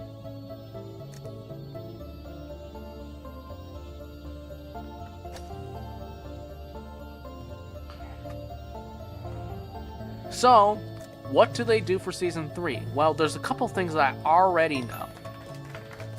First off, it's gonna be kind of like world themes, you know, like country, like the best of each countries and whatnot. Like you're the best in like a certain country of doing this. You're known for this. You want the best of the best.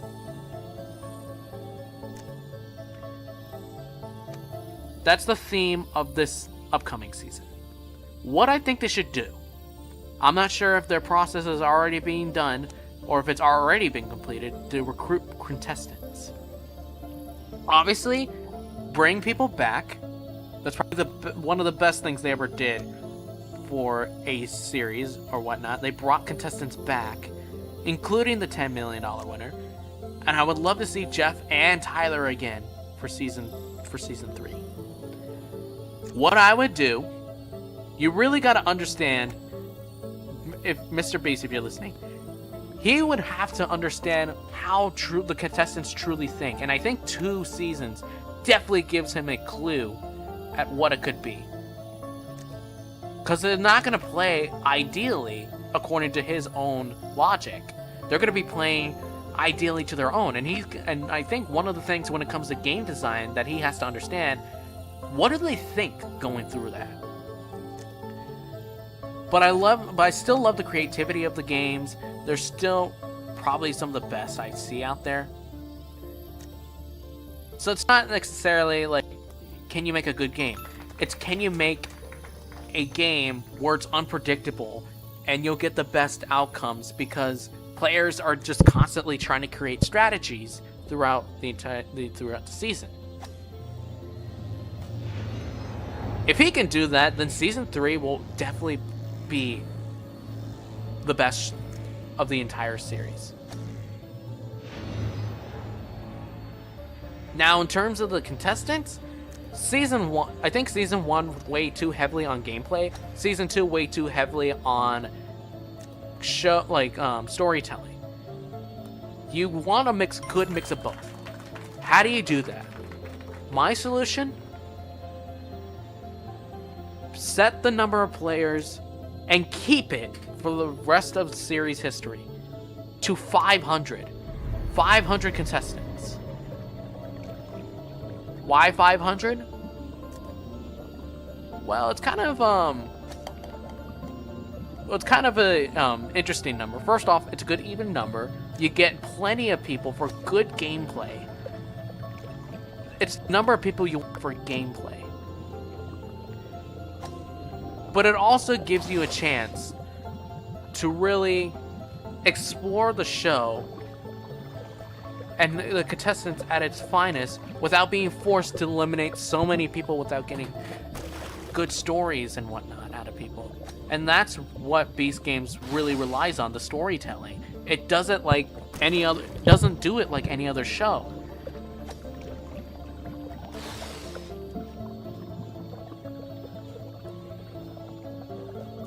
And also, I think the CGI stuff can be limited. I don't think you need that much CGI in a story in a show this big.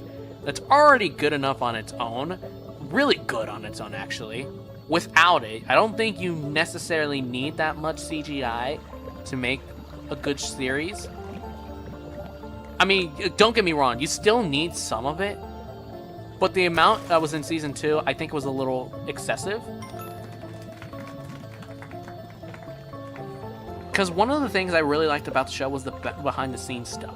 That was cool to watch. And I think it's really, really gonna do wonders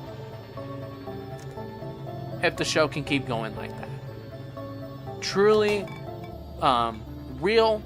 truly real stuff like that. Don't do the stupid CGI stuff all the time. We don't need it.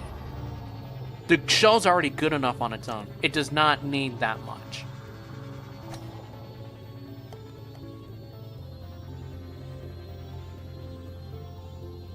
And then the last thing, truly play test these games. I know he does it a lot.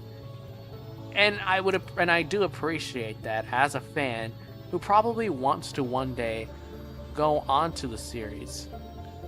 But you don't need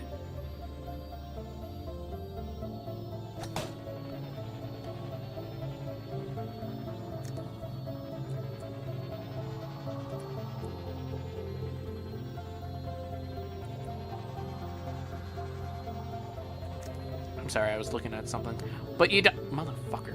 But you don't need so much where it just feels overwhelming. And that's where the credits, I think, do play a good part in that. I think there is a bit too much. And it would really benefit the show if they just limited it a little bit. Keep it real. Get the emotions that the audience really, really wants. You should host detective games. Honestly, I've thought about doing game shows in my lifetime. It would be so fun to do. And I would especially do mind games. I love, love, love mind games. That's why I like puzzles, riddles, and whatnot. I'm that kind of guy. But yeah, just keep it real. Play test the stuff. Increase the number from 200 to 500.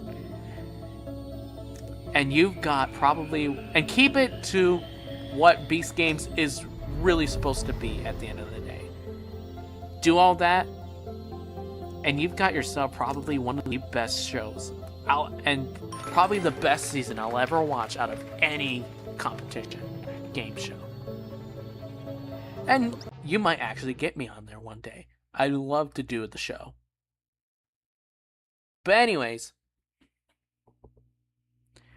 I think that's enough for me rambling about entertainment these days. I think there's one thing we all want right now. Who is ready for the draw? This is the final thing on the schedule.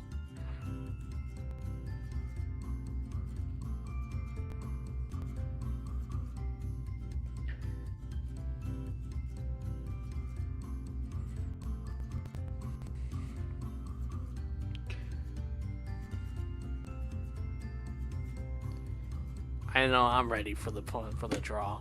Give me a moment.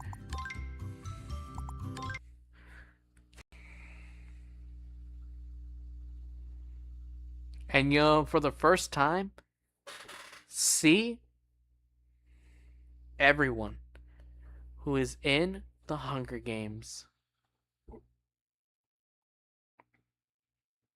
Let me... Well, the draw shouldn't be too long. That's why I saved it for the very end.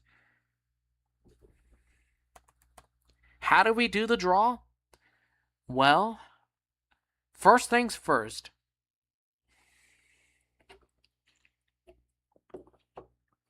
I'm going to take a moment and assign people different pots. This is, if you've ever seen the World Cup draw, you'll know what this is like.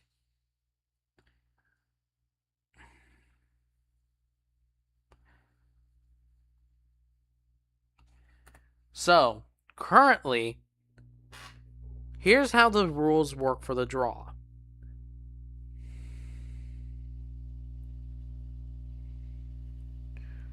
Hunger Games 100. We have 48 contestants, spanning from me to very close friends of mine to pretty popular and well-known, by my friends at least, content creators.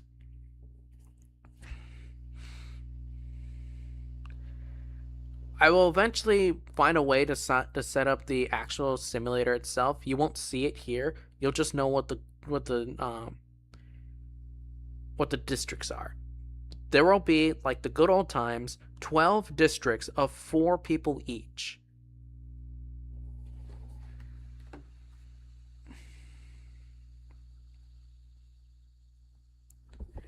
I am going to put people into pots. Pot 1, pot 2, pot 3, and pot 4. You will not know for the moment which pot a person is placed into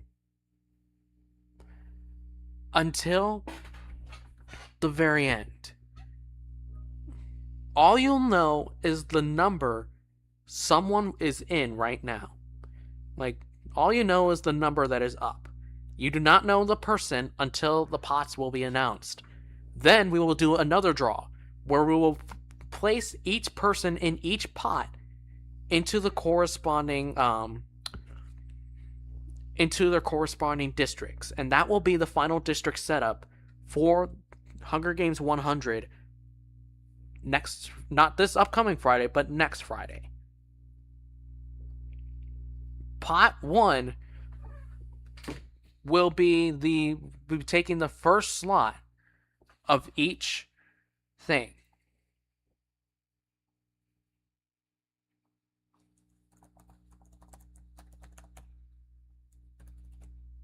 Pot 2 will be drawn according to rules that I will place in place once I figure out what the pots are. And we will continue from there until every single district has been filled out.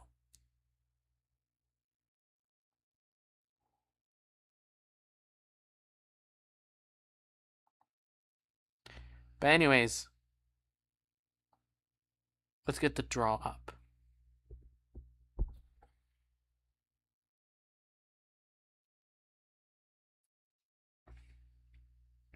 Ignore the ads. Alrighty.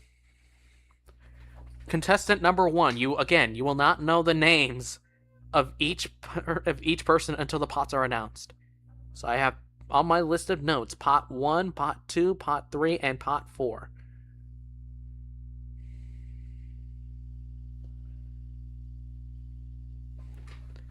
Person number 1, where will you be slotted in?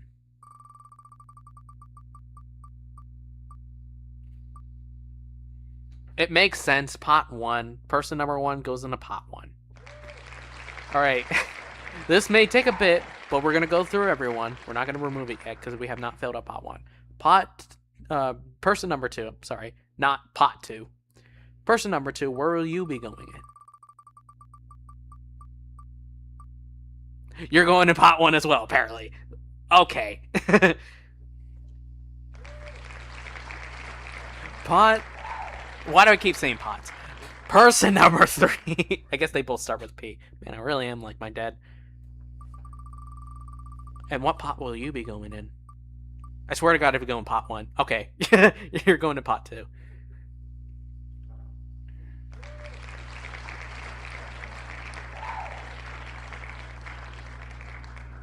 Person number 4, where are you going in?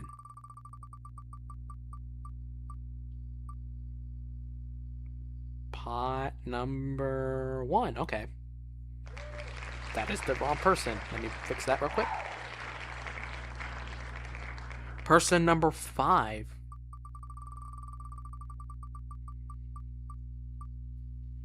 Oh, we got our first pot 3 person. Nice. Alrighty, that's that. Person number 6, where are you going in? And just for clarification, these pots are going to be 12 people long, big. Each person, or not person, pot 1. Well, okay, my God. When I want to say pot, I say person. When I want to say person, I say pot. God damn. We still have nobody in pot 4 yet. Let's see if person number 7 can fill that.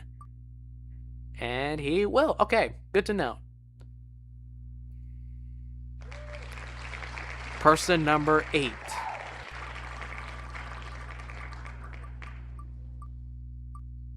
Will go into pot number 4. Alrighty. Person number 9. Where are you going?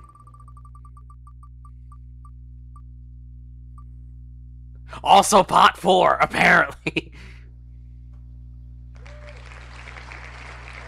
Person number 10.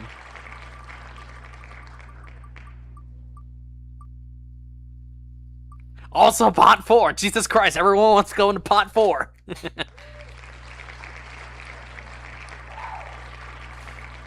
11, where are you going?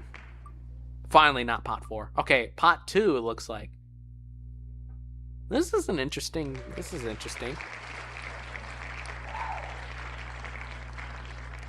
Person number 12. We're coming up on the quarter mark of our list. Pot 4. Okay. Oh, jeez. Ooh. Wait a minute. Then I know a pairing that can't be together. Well, someone's going to be upset when I tell him that. Person number 13. Pot number 1. Pot number 1.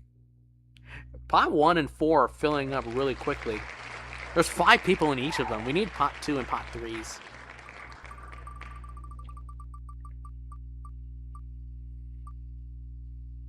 There's a pot 3. Person number 14. Number 15, where are you going?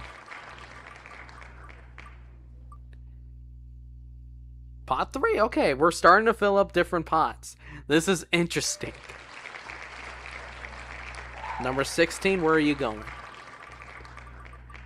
And if you want a confirmation, all 24 people that appeared in my most recent Hunger Games, I think, oh wait, all but 1, I think, are appearing in this 100th. So person number 16 is going pot 1.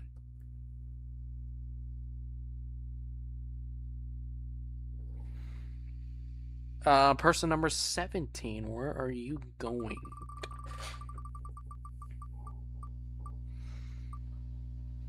Number 4? Okay, we're putting you in number 4. Let me start numbering these things so I don't lose track of how many people are in each pot, because I'm going to slowly lose count. And if I do that, then that's going to be a problem.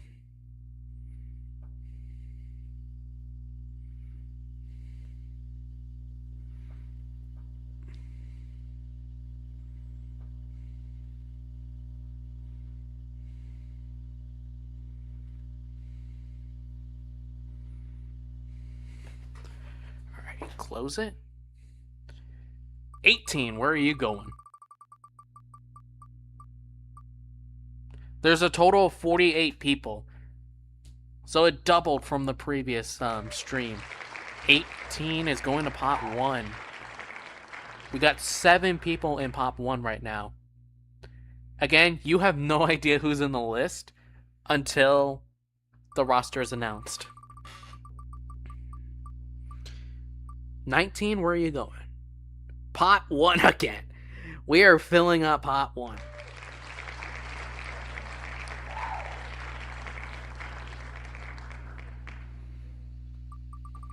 Number 20, where are you going? He's going to pot 2, alright.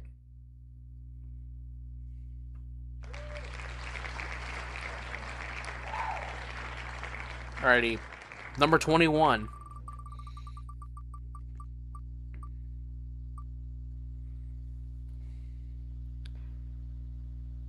Pot 3, okay.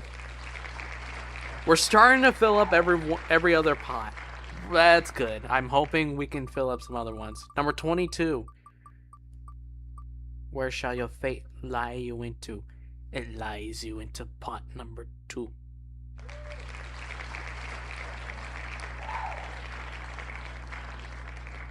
$23, where are you going?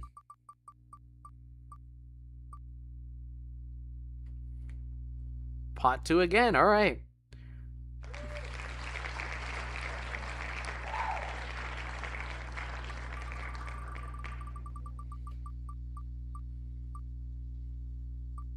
$24 is going to pot 3.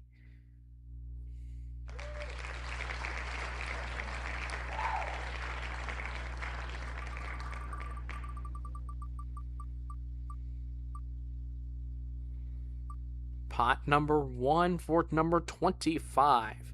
We are 3 away from filling up pot number 1. Once pot 1 is filled up, I'll take it off the wheel. Number 26. So we got a pot 4 spot filled up. Number 27, where are you going at?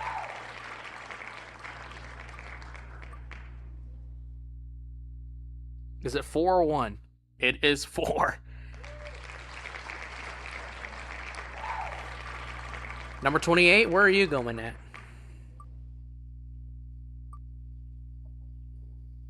Pot 3 for number 28. So, in case any of you are just tuning in right now, the pots are basically like, think of it like each pot puts one person into each district. So, like, pot 1 will put 1 into District 1, 1 into District 2, and 1 into District 3, and so on. Number 29, where are you going at?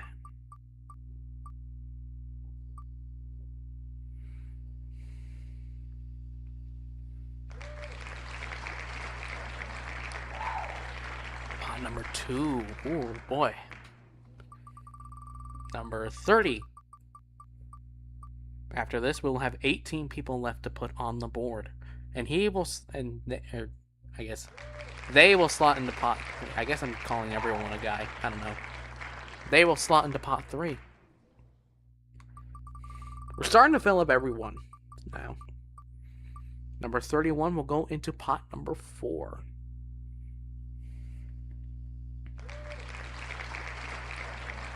$32, where are you going?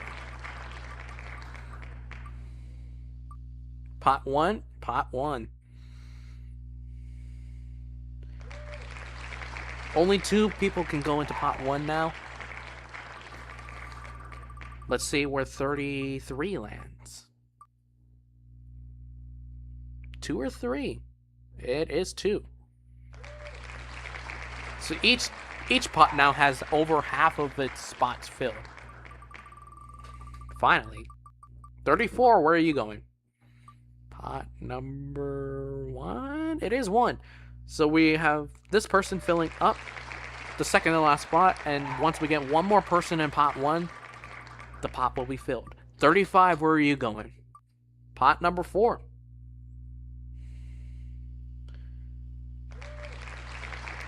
Now we have 2 spots left in pot 4. 36, where are you going? If it's pot 1, then pot 1 fills up. It is indeed pot 1. So that is it for pot 1. We can actually now take that off the board.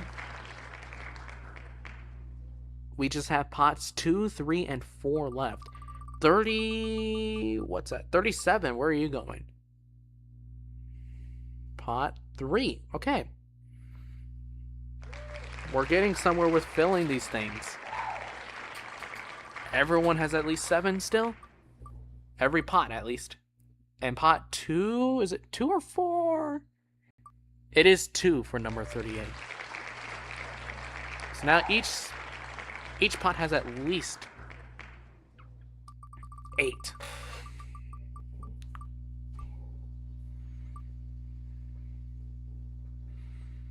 Pot 3 for number 39.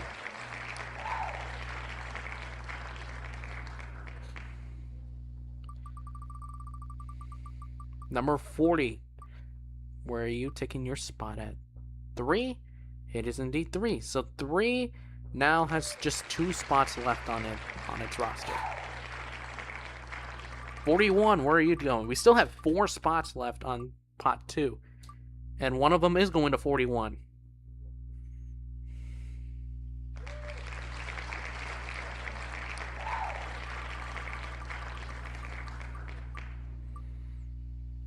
Four is being filled by number 42. So we got one spot left there. Number 43, where are you going? We're starting to get somewhere. We're starting to reach our final 48 that are on the board.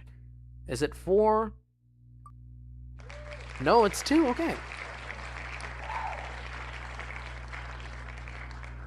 Okay, so we got a couple of spots. We got 2 left in pots 2 and 3, and then 1 left in pot 4. And the last spot in pot 4 will be filled by number 44. So pot 4 is filled. So now we just got 2 spots left on each of these next 2 pots. Number 45, where are you going? 45 is going to 3. So we got 1 spot left on 3. 46, where are you going? 3 is being officially filled, which means we can stop here because the last couple spots will be filled by numbers 47 and 48 in pot 2. So let me do that real quick, and then I'll finally reveal the roster. So this is how the draw works. These 3 pots are going into each of 12 districts. 1 pot will be represented in each of the 12 districts each. And each pot will get 1 spot in each district, creating 12 districts of 4 each. There are going to be certain rules put in place in terms of who can be drawn where. There's only 2 of them for right now. So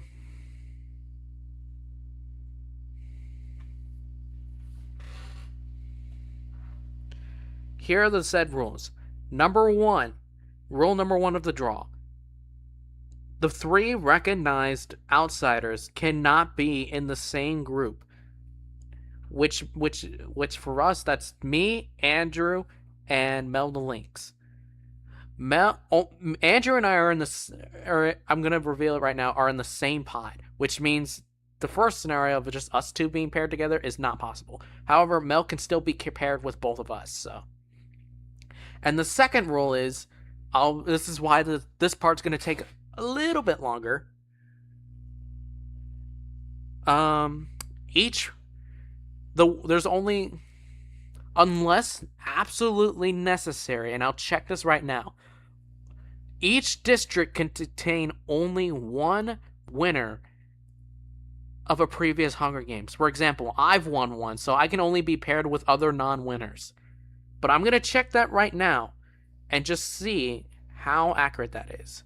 And that includes both seasons 1 and 2. So let me check that real quick. So let me count 1, or let's see. 1, 2, 3, 4, 5, 6. There's a lot of people that won in my previous season.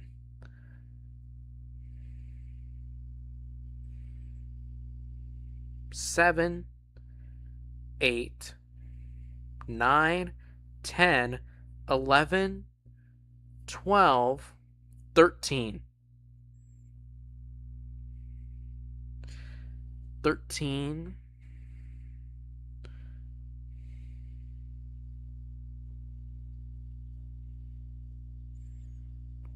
14, 15, 16, 17, 18. Okay, so there's 18, which means half of the groups, half of the districts will have 2 winners each. And the other half will only have 1. It doesn't matter the other results. It's just only winners. One group, like one district, like District 1 can have 1 or 2 winners. District 2 can also have 1 or 2 winners, but it has to have at least 2 people who have never won a Hunger Games before. So with that in mind, let's reveal the list, shall we?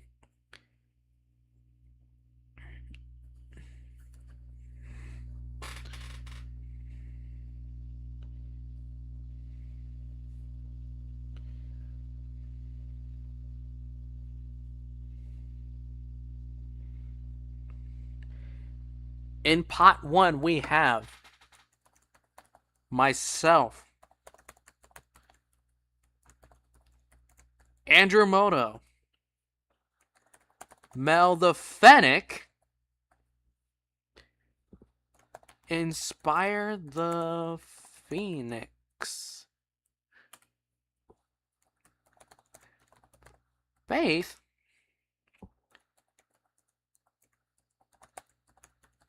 Dixie, Zero, Chrisley, VA, who was once known as a Christos, Goldie, Flower, Cass, also known as Any Girl, who's won a previous one, and finally Tailsco. This is pot number 1. So if the name you expected has not been called yet, there's probably still time. Don't worry. We think of everything here.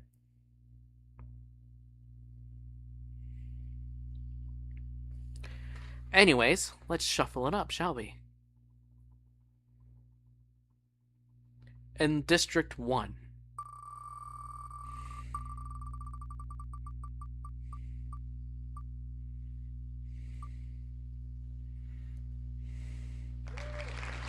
Dixie will take the first slot, number 1. Dixie is one of those who has appeared in both seasons. She has not won yet in Season 2, but has taken home a crown in Season 1.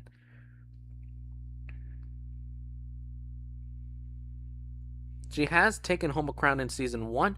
I'll have to look up where she won, but it had to be one of the earlier ones, dating back to a few years ago.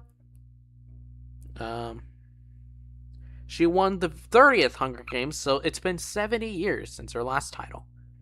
She has not won in Season 2 yet, but she has claimed 2 silvers in Season 2. Alright, up next, District 2 first spot. Forgot to shuffle them, but you know what? It doesn't matter.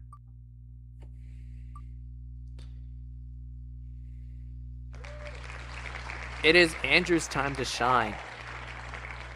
Andrew has appeared in both seasons as well. He has only won once in his entire career, has not made podium in the first he has not made podium in the second season, but has won once on stream. I want to say it's like somewhere around the 40s, but he has won once in his career.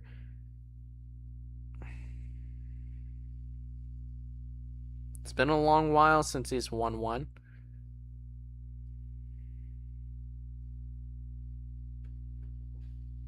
It was the 75th, so it's been exactly 25 years since Andrew has last won. He'll be looking to claim a podium in this 100th. Alrighty, time to shuffle it up, and we'll see who fills out District 3s.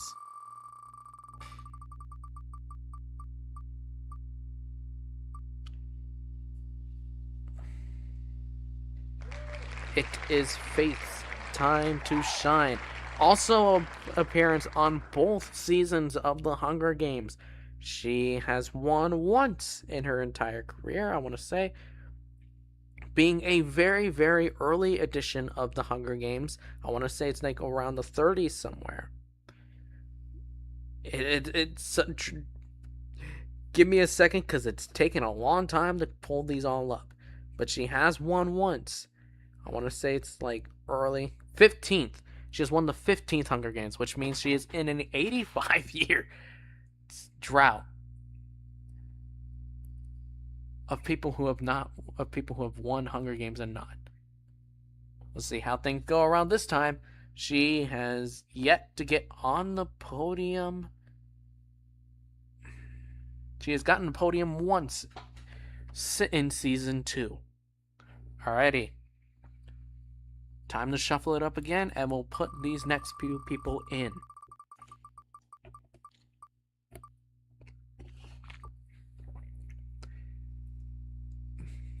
We have our first newcomer into the games. Goldie has not yet appeared in a Hunger Games simulator, but a good friend of ours, we known her for quite some time now. I think she deserves a spot in these games. We'll see how she does, though. Newcomers have had a tendency to shock the world sometimes. In fact, one of the ones who have made the most noise won, I think, our 60th Hunger Games. But I have no idea when that was. I think they ended up winning like two of the first three they appeared in. But yes, we'll see how things go for Goldie this time around. Shuffling it up, and we shall now put our first person into District 5. It'll be Inspire. Undergoing a name change a little while ago, Inspire has not podiumed yet in these new season. However, he has podiumed way back in the first season once, getting a bronze. We'll see if he can pull out his first ever victory in the Hunger Games in this 100th edition. Shuffling it up again, and we shall go again.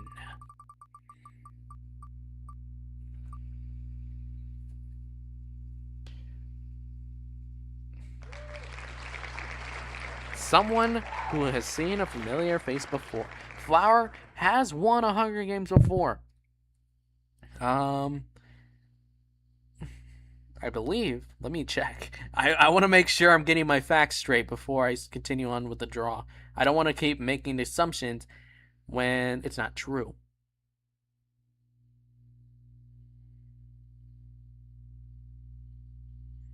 Wow, there's a lot of people I didn't recognize back in the day.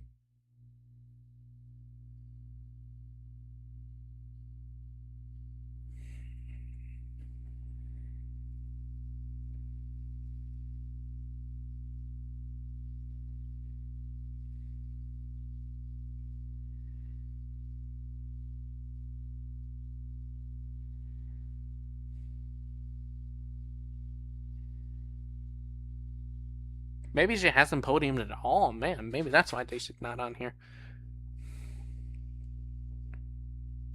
She hadn't won in season 1, yet her only victory came in season 2. This is one of the people who have gotten their redemptions in Hunger Games. So we'll see how things go this time around.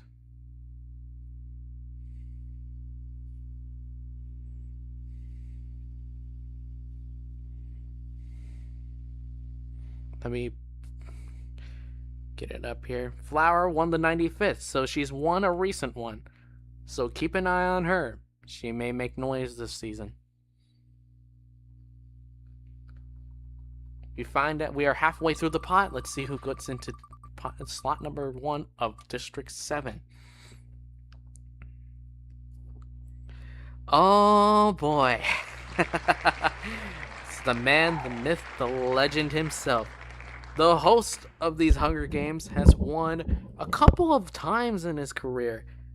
Twice in the first season, and once in the third.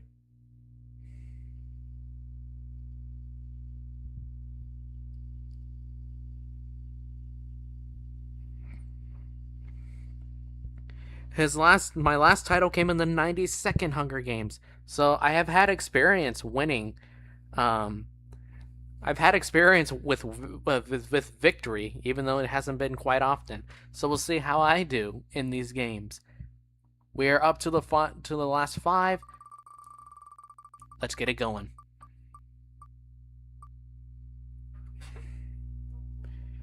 And it will be Cass who fills up District number 8, going by. Known in the games as Yaya Any Girl, I don't know why I specifically put her as that. She has found some success, winning twice in Season 1. While have yet to gain something in Season 2, there's still hope on the horizon that she can make some noise for carrying over to this new season. Her last victory, oh boy, I do not wish to look.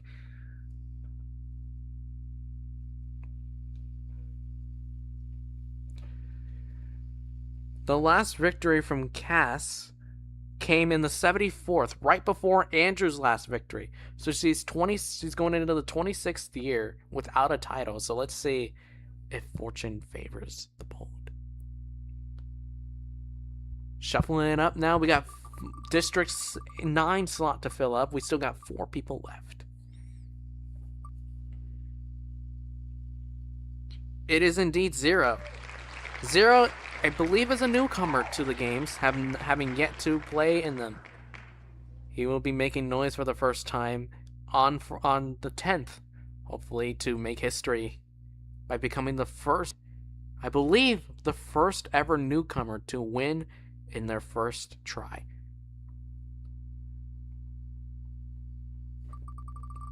Shuffle it up, and let's see where it goes from here. This upcoming one will be the 100th edition Ola. I've done a lot of these on my channel. And speaking of old timers, it is Chrisley's time to get in the ring. Still having yet to claim a title. She has got a couple of silvers and bronzes, but she has not been able to capture the gold in any edition of the Hunger Games, hoping to put that 100 plus, at this point, 100-year drought to rest. We just got 2 more spots to fill. Let's see who gets District 11.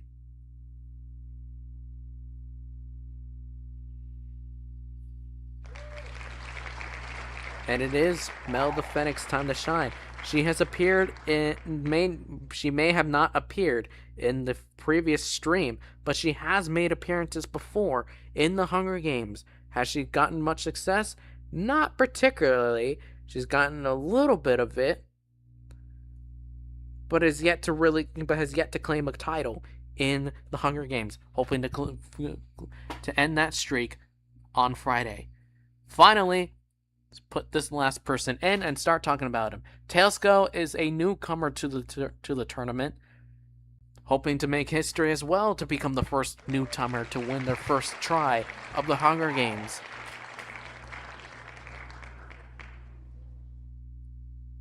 And that is all from pot 1. So let's see. Now this is where the rules really start getting into place, because now we have people that could be rule breakers. So let's see. In pot 2, we have Mel the Lynx. There's the other outsider. Benton. An old-timer JPB5. Dark Vibes, better known as DV. Joanna. Ooh. Honey Hotkiss, otherwise known as B, I think. Yeah, that's what I have written down. Bendy. I know you don't go by Ink Boss anymore, so that's what I'm just putting it as right now. Amethyst the Hedge Wolf. Captain Moosh is in the tournament for the first time. Gara the Inkling, a good friend of some of ours. Darkbox from previous tournaments in the past is now making an appearance. And the last spot of the tournament that I decided to give it to was Dragonblade, who is in pot 2. Alrighty, this is pot 2. This is where some of the rules are going to start getting into play. So let's shuffle it up and give it a spin.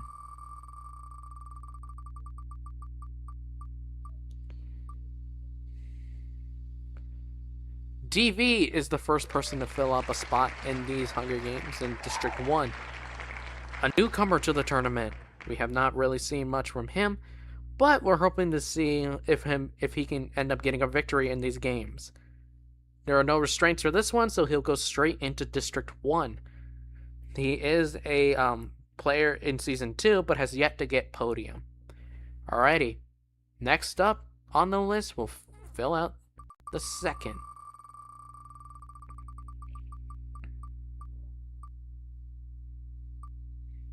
It is Captain Moosh's time. A newcomer. Someone that we've known for a little while, but I've trusted them enough to be participating in these games. Moosh, better known as the guy who sims for like 5,000 people.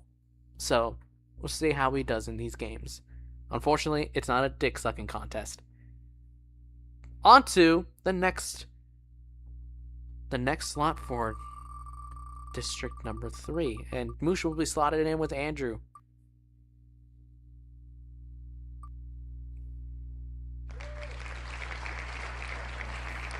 Oh boy, I believe this is a new timer. I want to check to make sure if this is a new timer or not. If not, then oh well. No, he's participated before, but he has not podiumed. This is the season 2 is where he first debuted, yet to get a podium in the first 9 attempts he's gotten. But we'll see how he does in this 100th.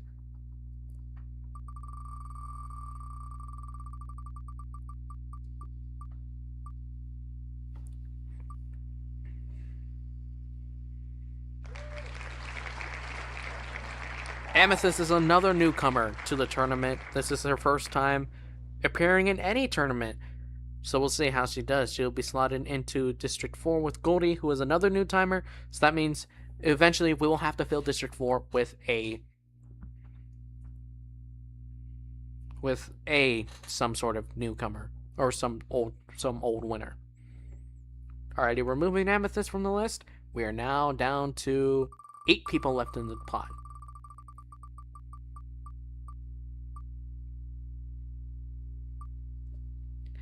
Oh, we got a familiar face here. For all those old timers that have watched me through and through with this tournament, you know this name far too well. JPP5 is a old timer from season 1. He has not yet podiumed in season 2. However, he is best known for failing to win in season 1 all time.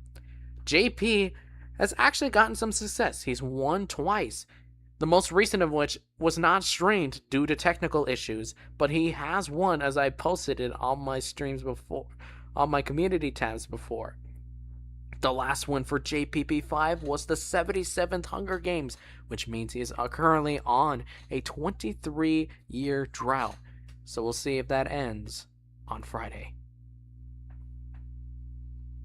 We're getting to the good stuff here.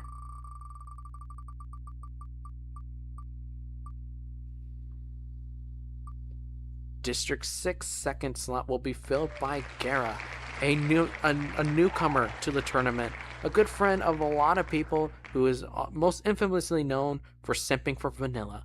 We'll see if that simping carries him to a title. We're getting down to the halfway point of the pot and of the draw, so let's continue here.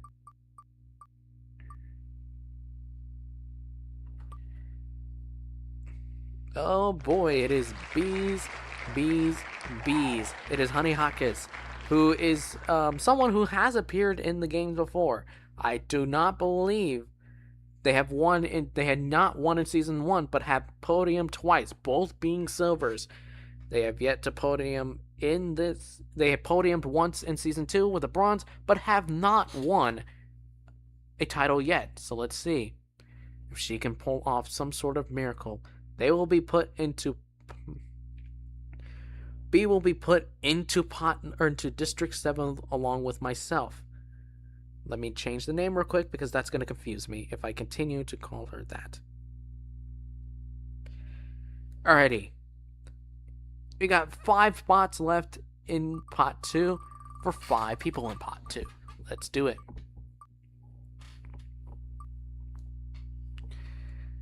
Joanna. Believe it or not, this is not her first rodeo. She has participated in season 1, but has not won. I believe she either has not won or has won once. She has not won in season 1, and I don't believe she's won in season 2. So we'll see how things go for her. She has podiumed 3 times in her career, but has yet to claim gold. She'll be put into District 8 along with Cass. So we'll see how things go.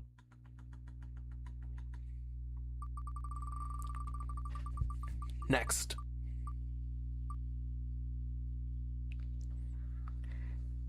Everyone loves her these days, and there's good reason why. It is Melda Lynx, who will be put into District 9. An old timer from Season 1. She has had a victory when she has had victory before when she was known as DIY Arts. Her medal from Season 1. She hasn't yet to podium in Season 2. Her last title coming all the way back from the 18th Hunger Games, which means she's currently on an 82-year drought. We'll see if that ends soon. We're down to the last 3 spots in each of the districts. Let's see how things go. Looks like we're getting a new timer. Dragonblade, a good friend of a bunch of people, and someone I probably do want to meet at some point, or I have interacted with and have really good connections with. He's a cool dude. Does great content. You should go up to him if you haven't already. We got 2 people left and 2 spots to fill. District 11's second spot and District 12's second spot. And Darkbox will fill District 11's second spot. Better known in the Sonic community as Speedy Blue. He has had success in these Hunger Games before. I believe winning once in his career. He has won once, but it was a long time ago. I can't even begin to think when he won. We've played that many games.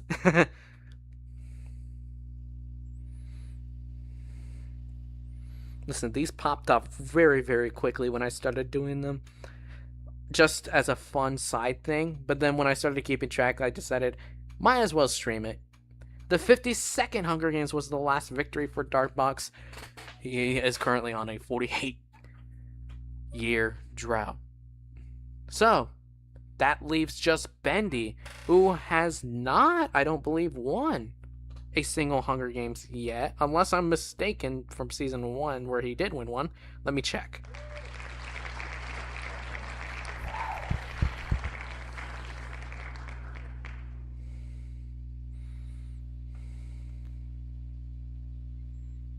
He has won twice, actually, so my bad, Bendy. My fault for thinking you're really bad at this game.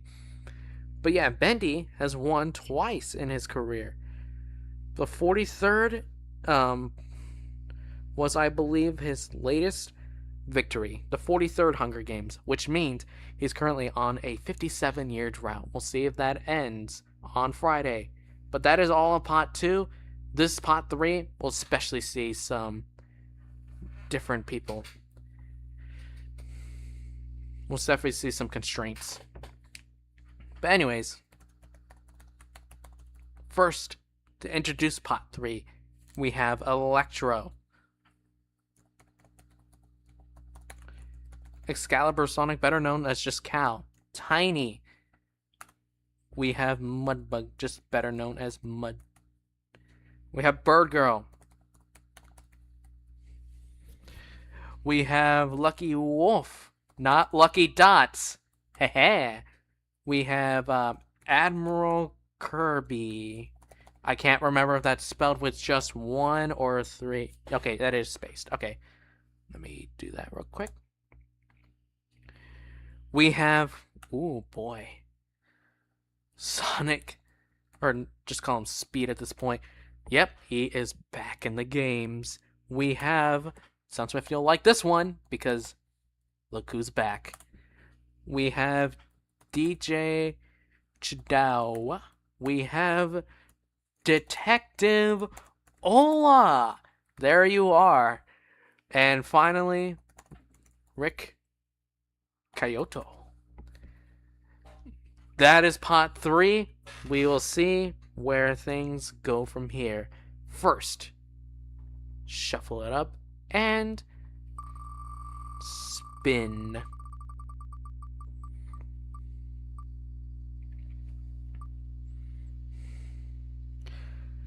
Alrighty, Mud is a new Mud has been playing in the games for a little while. He has yet to win, but he has won. He's gotten one back in '94, so he has gotten one recently. So it's been 6 years since his last title. We'll see if anything can go his way this time. Dixie has won once, but I don't believe DV has yet to win one. So Mud is good to go in District 1 in the 3rd slot. So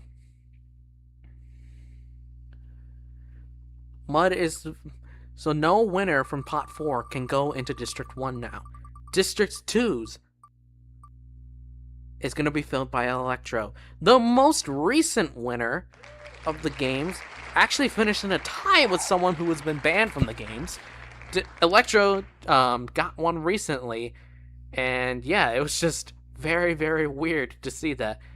Since the other person's title has been stripped, Electro is just now officially known as the only winner of the 99th Hunger Games. So we have Andrew, who has won one, I know that, and Moosh is a new timer, so Electro is good to go in District 2, 3rd slot. So now, we spin.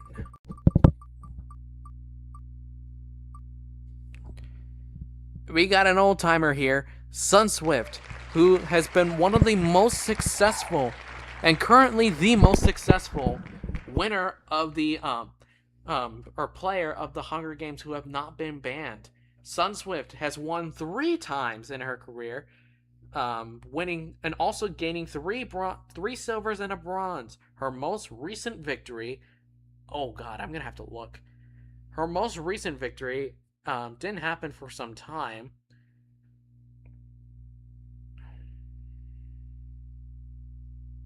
Oh boy, when was the last time you won? You got a lot of success, but the 67th the 67th Hunger Games was the last time you won.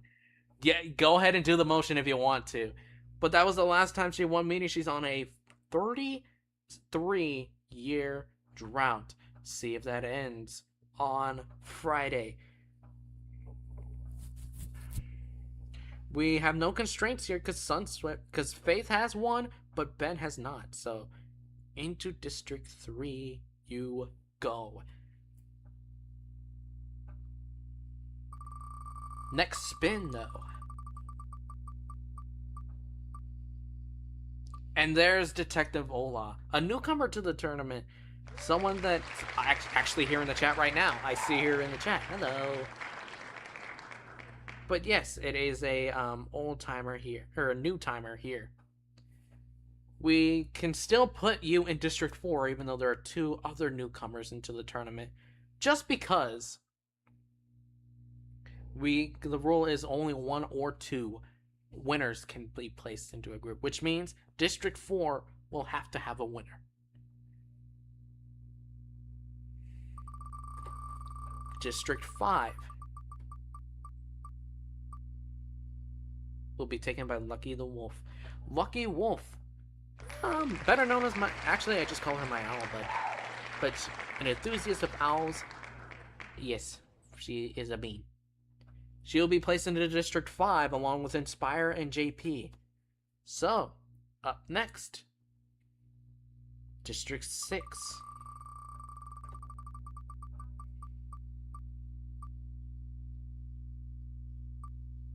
Yeah, you've won 3 times. Rikayoto, better known as, I think, Scourge, just doing the voice of Scourge for Dixie and Darkbox. From what I've known, I haven't really interacted with the guy much, but I've heard he's really chill.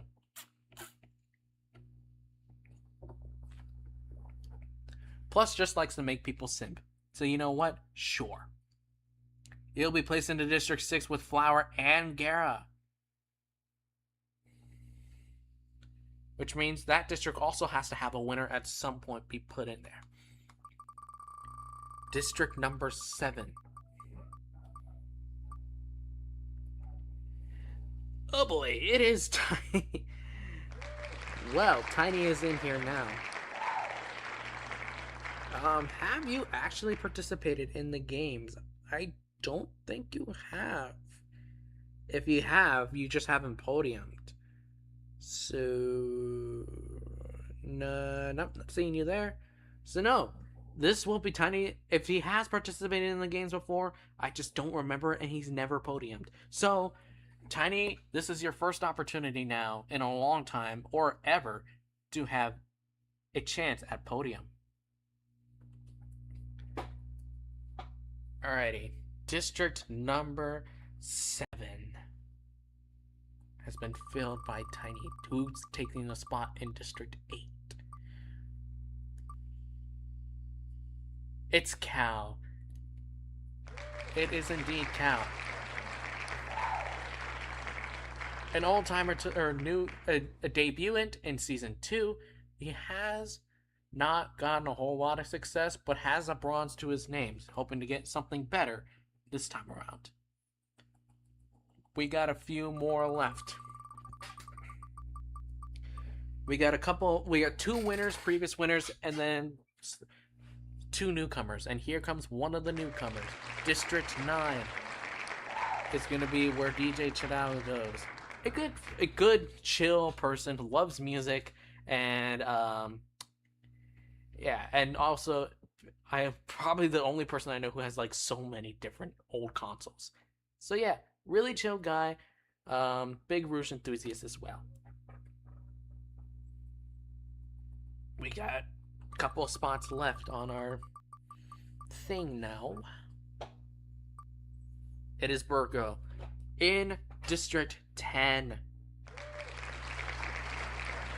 Virgo is a new person in the tournament, good friend of ours, Hawk enthusiast, and someone who is just probably one of the sweetest people you'll ever meet. How do you remember them? How do you remember one of the old ones, but not the one you won recently? More recent.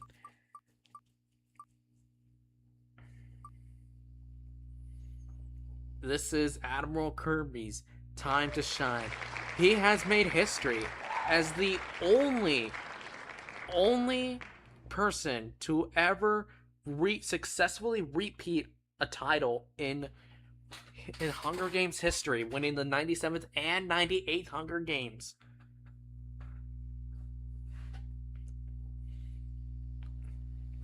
Oh wait, Tiny, you have podiumed before, actually. Sorry about that, man. Silver and a bronze in the season 2. But anyways, Curb is the only person to win 3 titles in the span of 10 years, which is astonishing in these games. He also has a bronze to his name, so we'll see how he does this time around. Mel does not have a title, so we'll see how that goes. And that leaves just Speed to fill up the last spot in District 12. Speed has been... This is the first time appearing for him since those games long ago. He has won once, back in I believe the 26th Hunger Games, but we'll see how he does this time around. So we got a couple of stops left. We need to fill in a few more people, so here comes the final pot. We're going to put him as S King VA, but he's better known as Mant. Yeah, y'all figured this was coming. Madison T, probably my best friend at this point. Yay.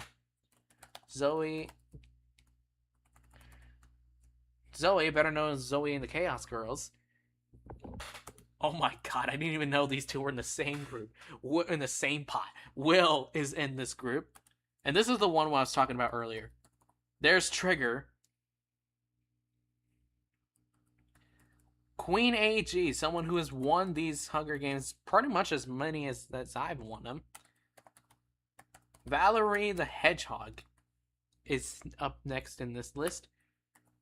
Here's the lucky you all know. Lucky Dots. There. Sakura is in this list as well. Lisa is in this list.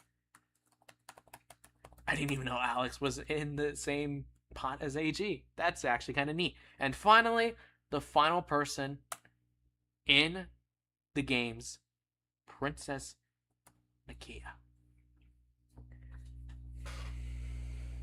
So, with that being said, let's shuffle it up, and remember, they have to go in in the same pots that satisfy the rules. Sakura is first, a newcomer, probably again one of a very very sweet person, someone who's very wholesome, and yes, we all love her. Sakura will go into the final spot in District 1 with Dixie, DV, and Mud. So that's going to be a really interesting group. We'll see how things turn out there. Oh boy. Second.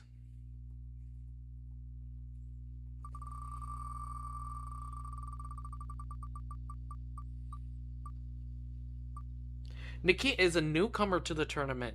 But we'll see how she does in her first fair. She'll go with Andrew, Captain Moosh, and Electro. Third up on the list to fill out District 2. Now we're about to fill out District 3. And since Faith has won before, we cannot have a winner here. Let's see who is going on the chopping block.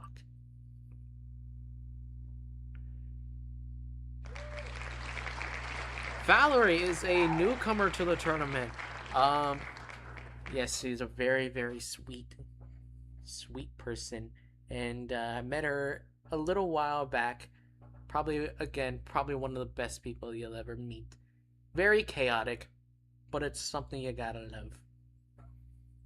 She goes into District 3 with Faith, Ben, and Sunswift. So that fills out District 3. District 4.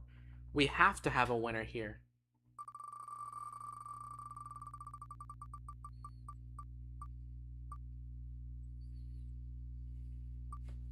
Lucky Dots has appeared in the games before. I'm not sure he has won, though. We'll see if he has. He has not. He has gotten his best placements were silvers. So, but he has gotten a reputation for being very, very chaotic. We'll see how things go for him this time around. Lucky, since he has not won a tournament yet, cannot be placed into District 4, which needs a tournament winner. So we will move him to District 5. Oh my god, we got the Luckies paired together with JP, Inspire, and Lucky Wolf. So we are still looking to put someone into District 4. Let's see if we can fill it.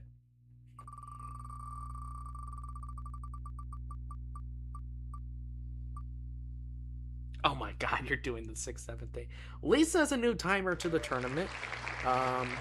Again, very, very sweet girl. I think she also is considered twins with Faith. So we'll see how things go for her. Lisa cannot go into District 4 as it needs a winner. And she also cannot go into District 6, which Flower has not won before, unfortunately. So that means Lisa will go into District 7 with myself, Honey, and Tiny. Let's see if the thing's good. Wants to be nice.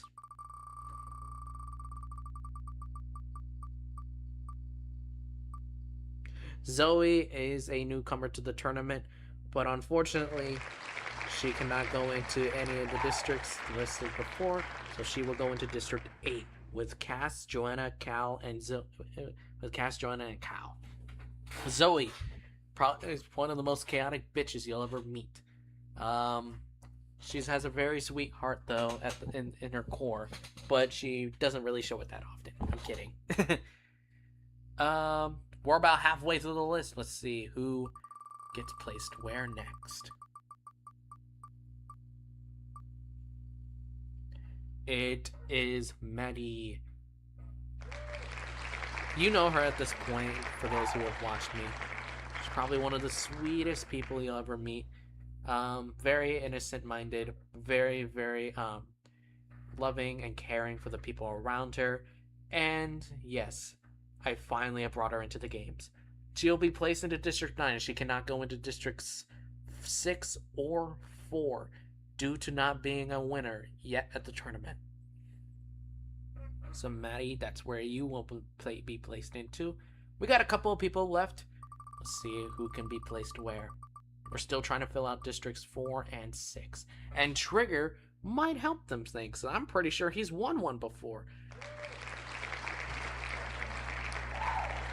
Trigger has won the very, very last Hunger Games of Season 1, winning the 90th. So he has some experience winning in these tournaments.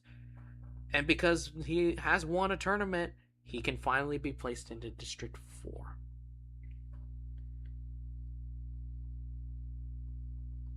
Shuffle these up, and let's see if we can fill out District 6's final spot. AG? It is AG. She has won twice in her career. The most recent of which came in Season 1, which was... Ooh, I gotta look.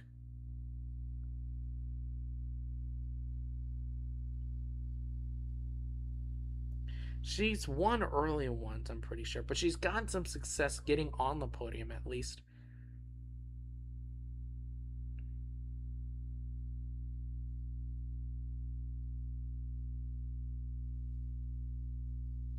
The 47th one was the last one she's won, so she's on a 53-year drought. So since she has won a tournament though before, she can finally fill out that District 6 spot, and we have now caught up to Districts 10.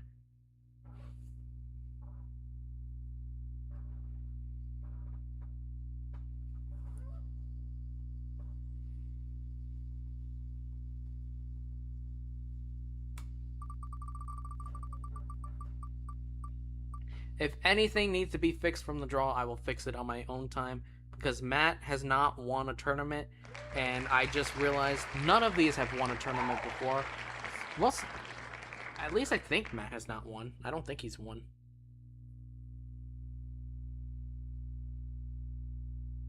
No, he has won, actually. When was the one he won? He won the 96, so he has won recently. So, because of that, he will be put into District 4, along with Chrisley, Dragonblade, and Bird Girl. We got 2 spots left. Both of them can be fit into there because, they fit within the rules, so we'll see who gets what.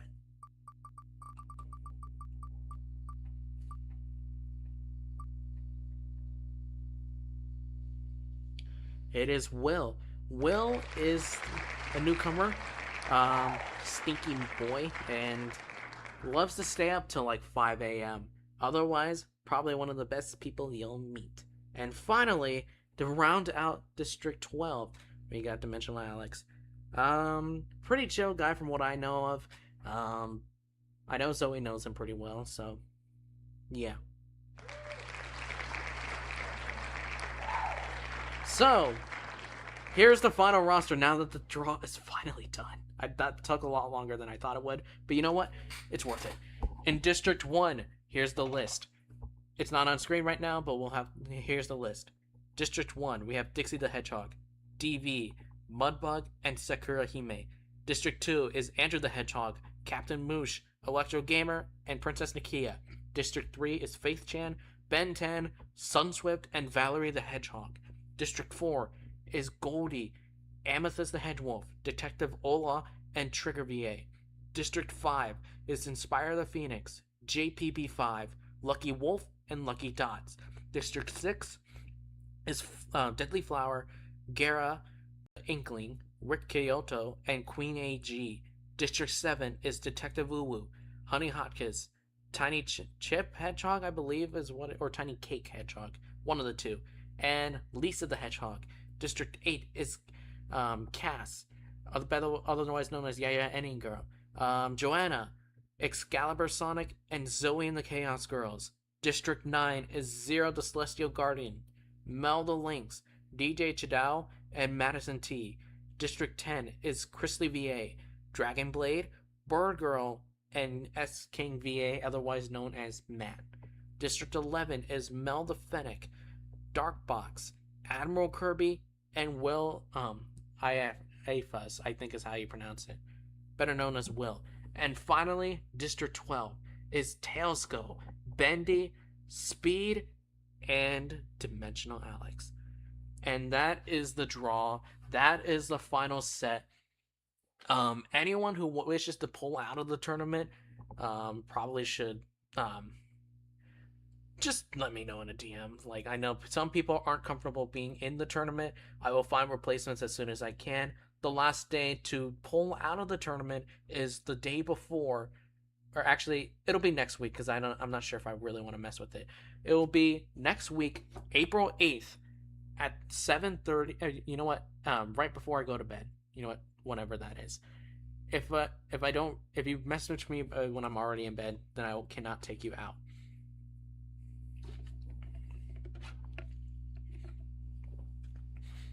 If there are any pot mistakes that or any drawing mistakes that I've made in terms of the rules, I will figure them out on my own time. But right now, I'm kind of exhausted. But yeah, let's see. That should be it for the draw. We got it's gonna be a plentiful, fun time, and yeah. Oh my god, tell us what I just got the draw. Oh my god. Put that into the agency art chat if you haven't already. That's awesome. But anyways, with that being said, I think I'm gonna finally end things off here after nearly like 3 hours. So thank you guys so much for watching. Be sure to like, be sure to subscribe, be sure to share the channel around. It helps me grow. Friday is VR Chat Friday. Saturday, I don't know if I'm going to do anything yet, but I might either Saturday or Sunday just stream Among Us in public lobbies so I can at least show off the old designs of the characters and the beans and whatnot. Next week, Wednesday, I might stream something. I'm not entirely sure. And then Friday is the day, the 100th Hunger Games simulation.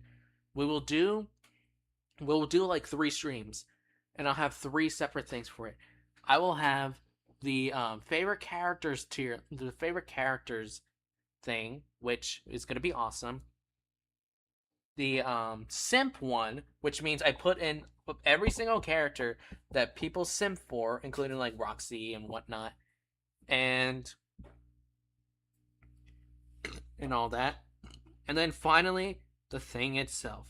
Sunday, or not, the third and final sim will be this roster that you just saw here, the 100th. So keep your eyes out for that. And then Saturday, the 11th, will be the Chow Edition VR Chat for Saturday, technically. So keep your eyes out for that. But anyways, also, one more thing before I go. I'm currently 7 subs away from 250, which means I'm 7 subs away from having to make the announcement. So if you guys want me to make that announcement, get me to 250 subs, and I'll be forced to make an announcement that I don't want to make, but you all would love to hear me make. So, with that being said, have a good night, everybody. See you later, peeps, and thanks for watching.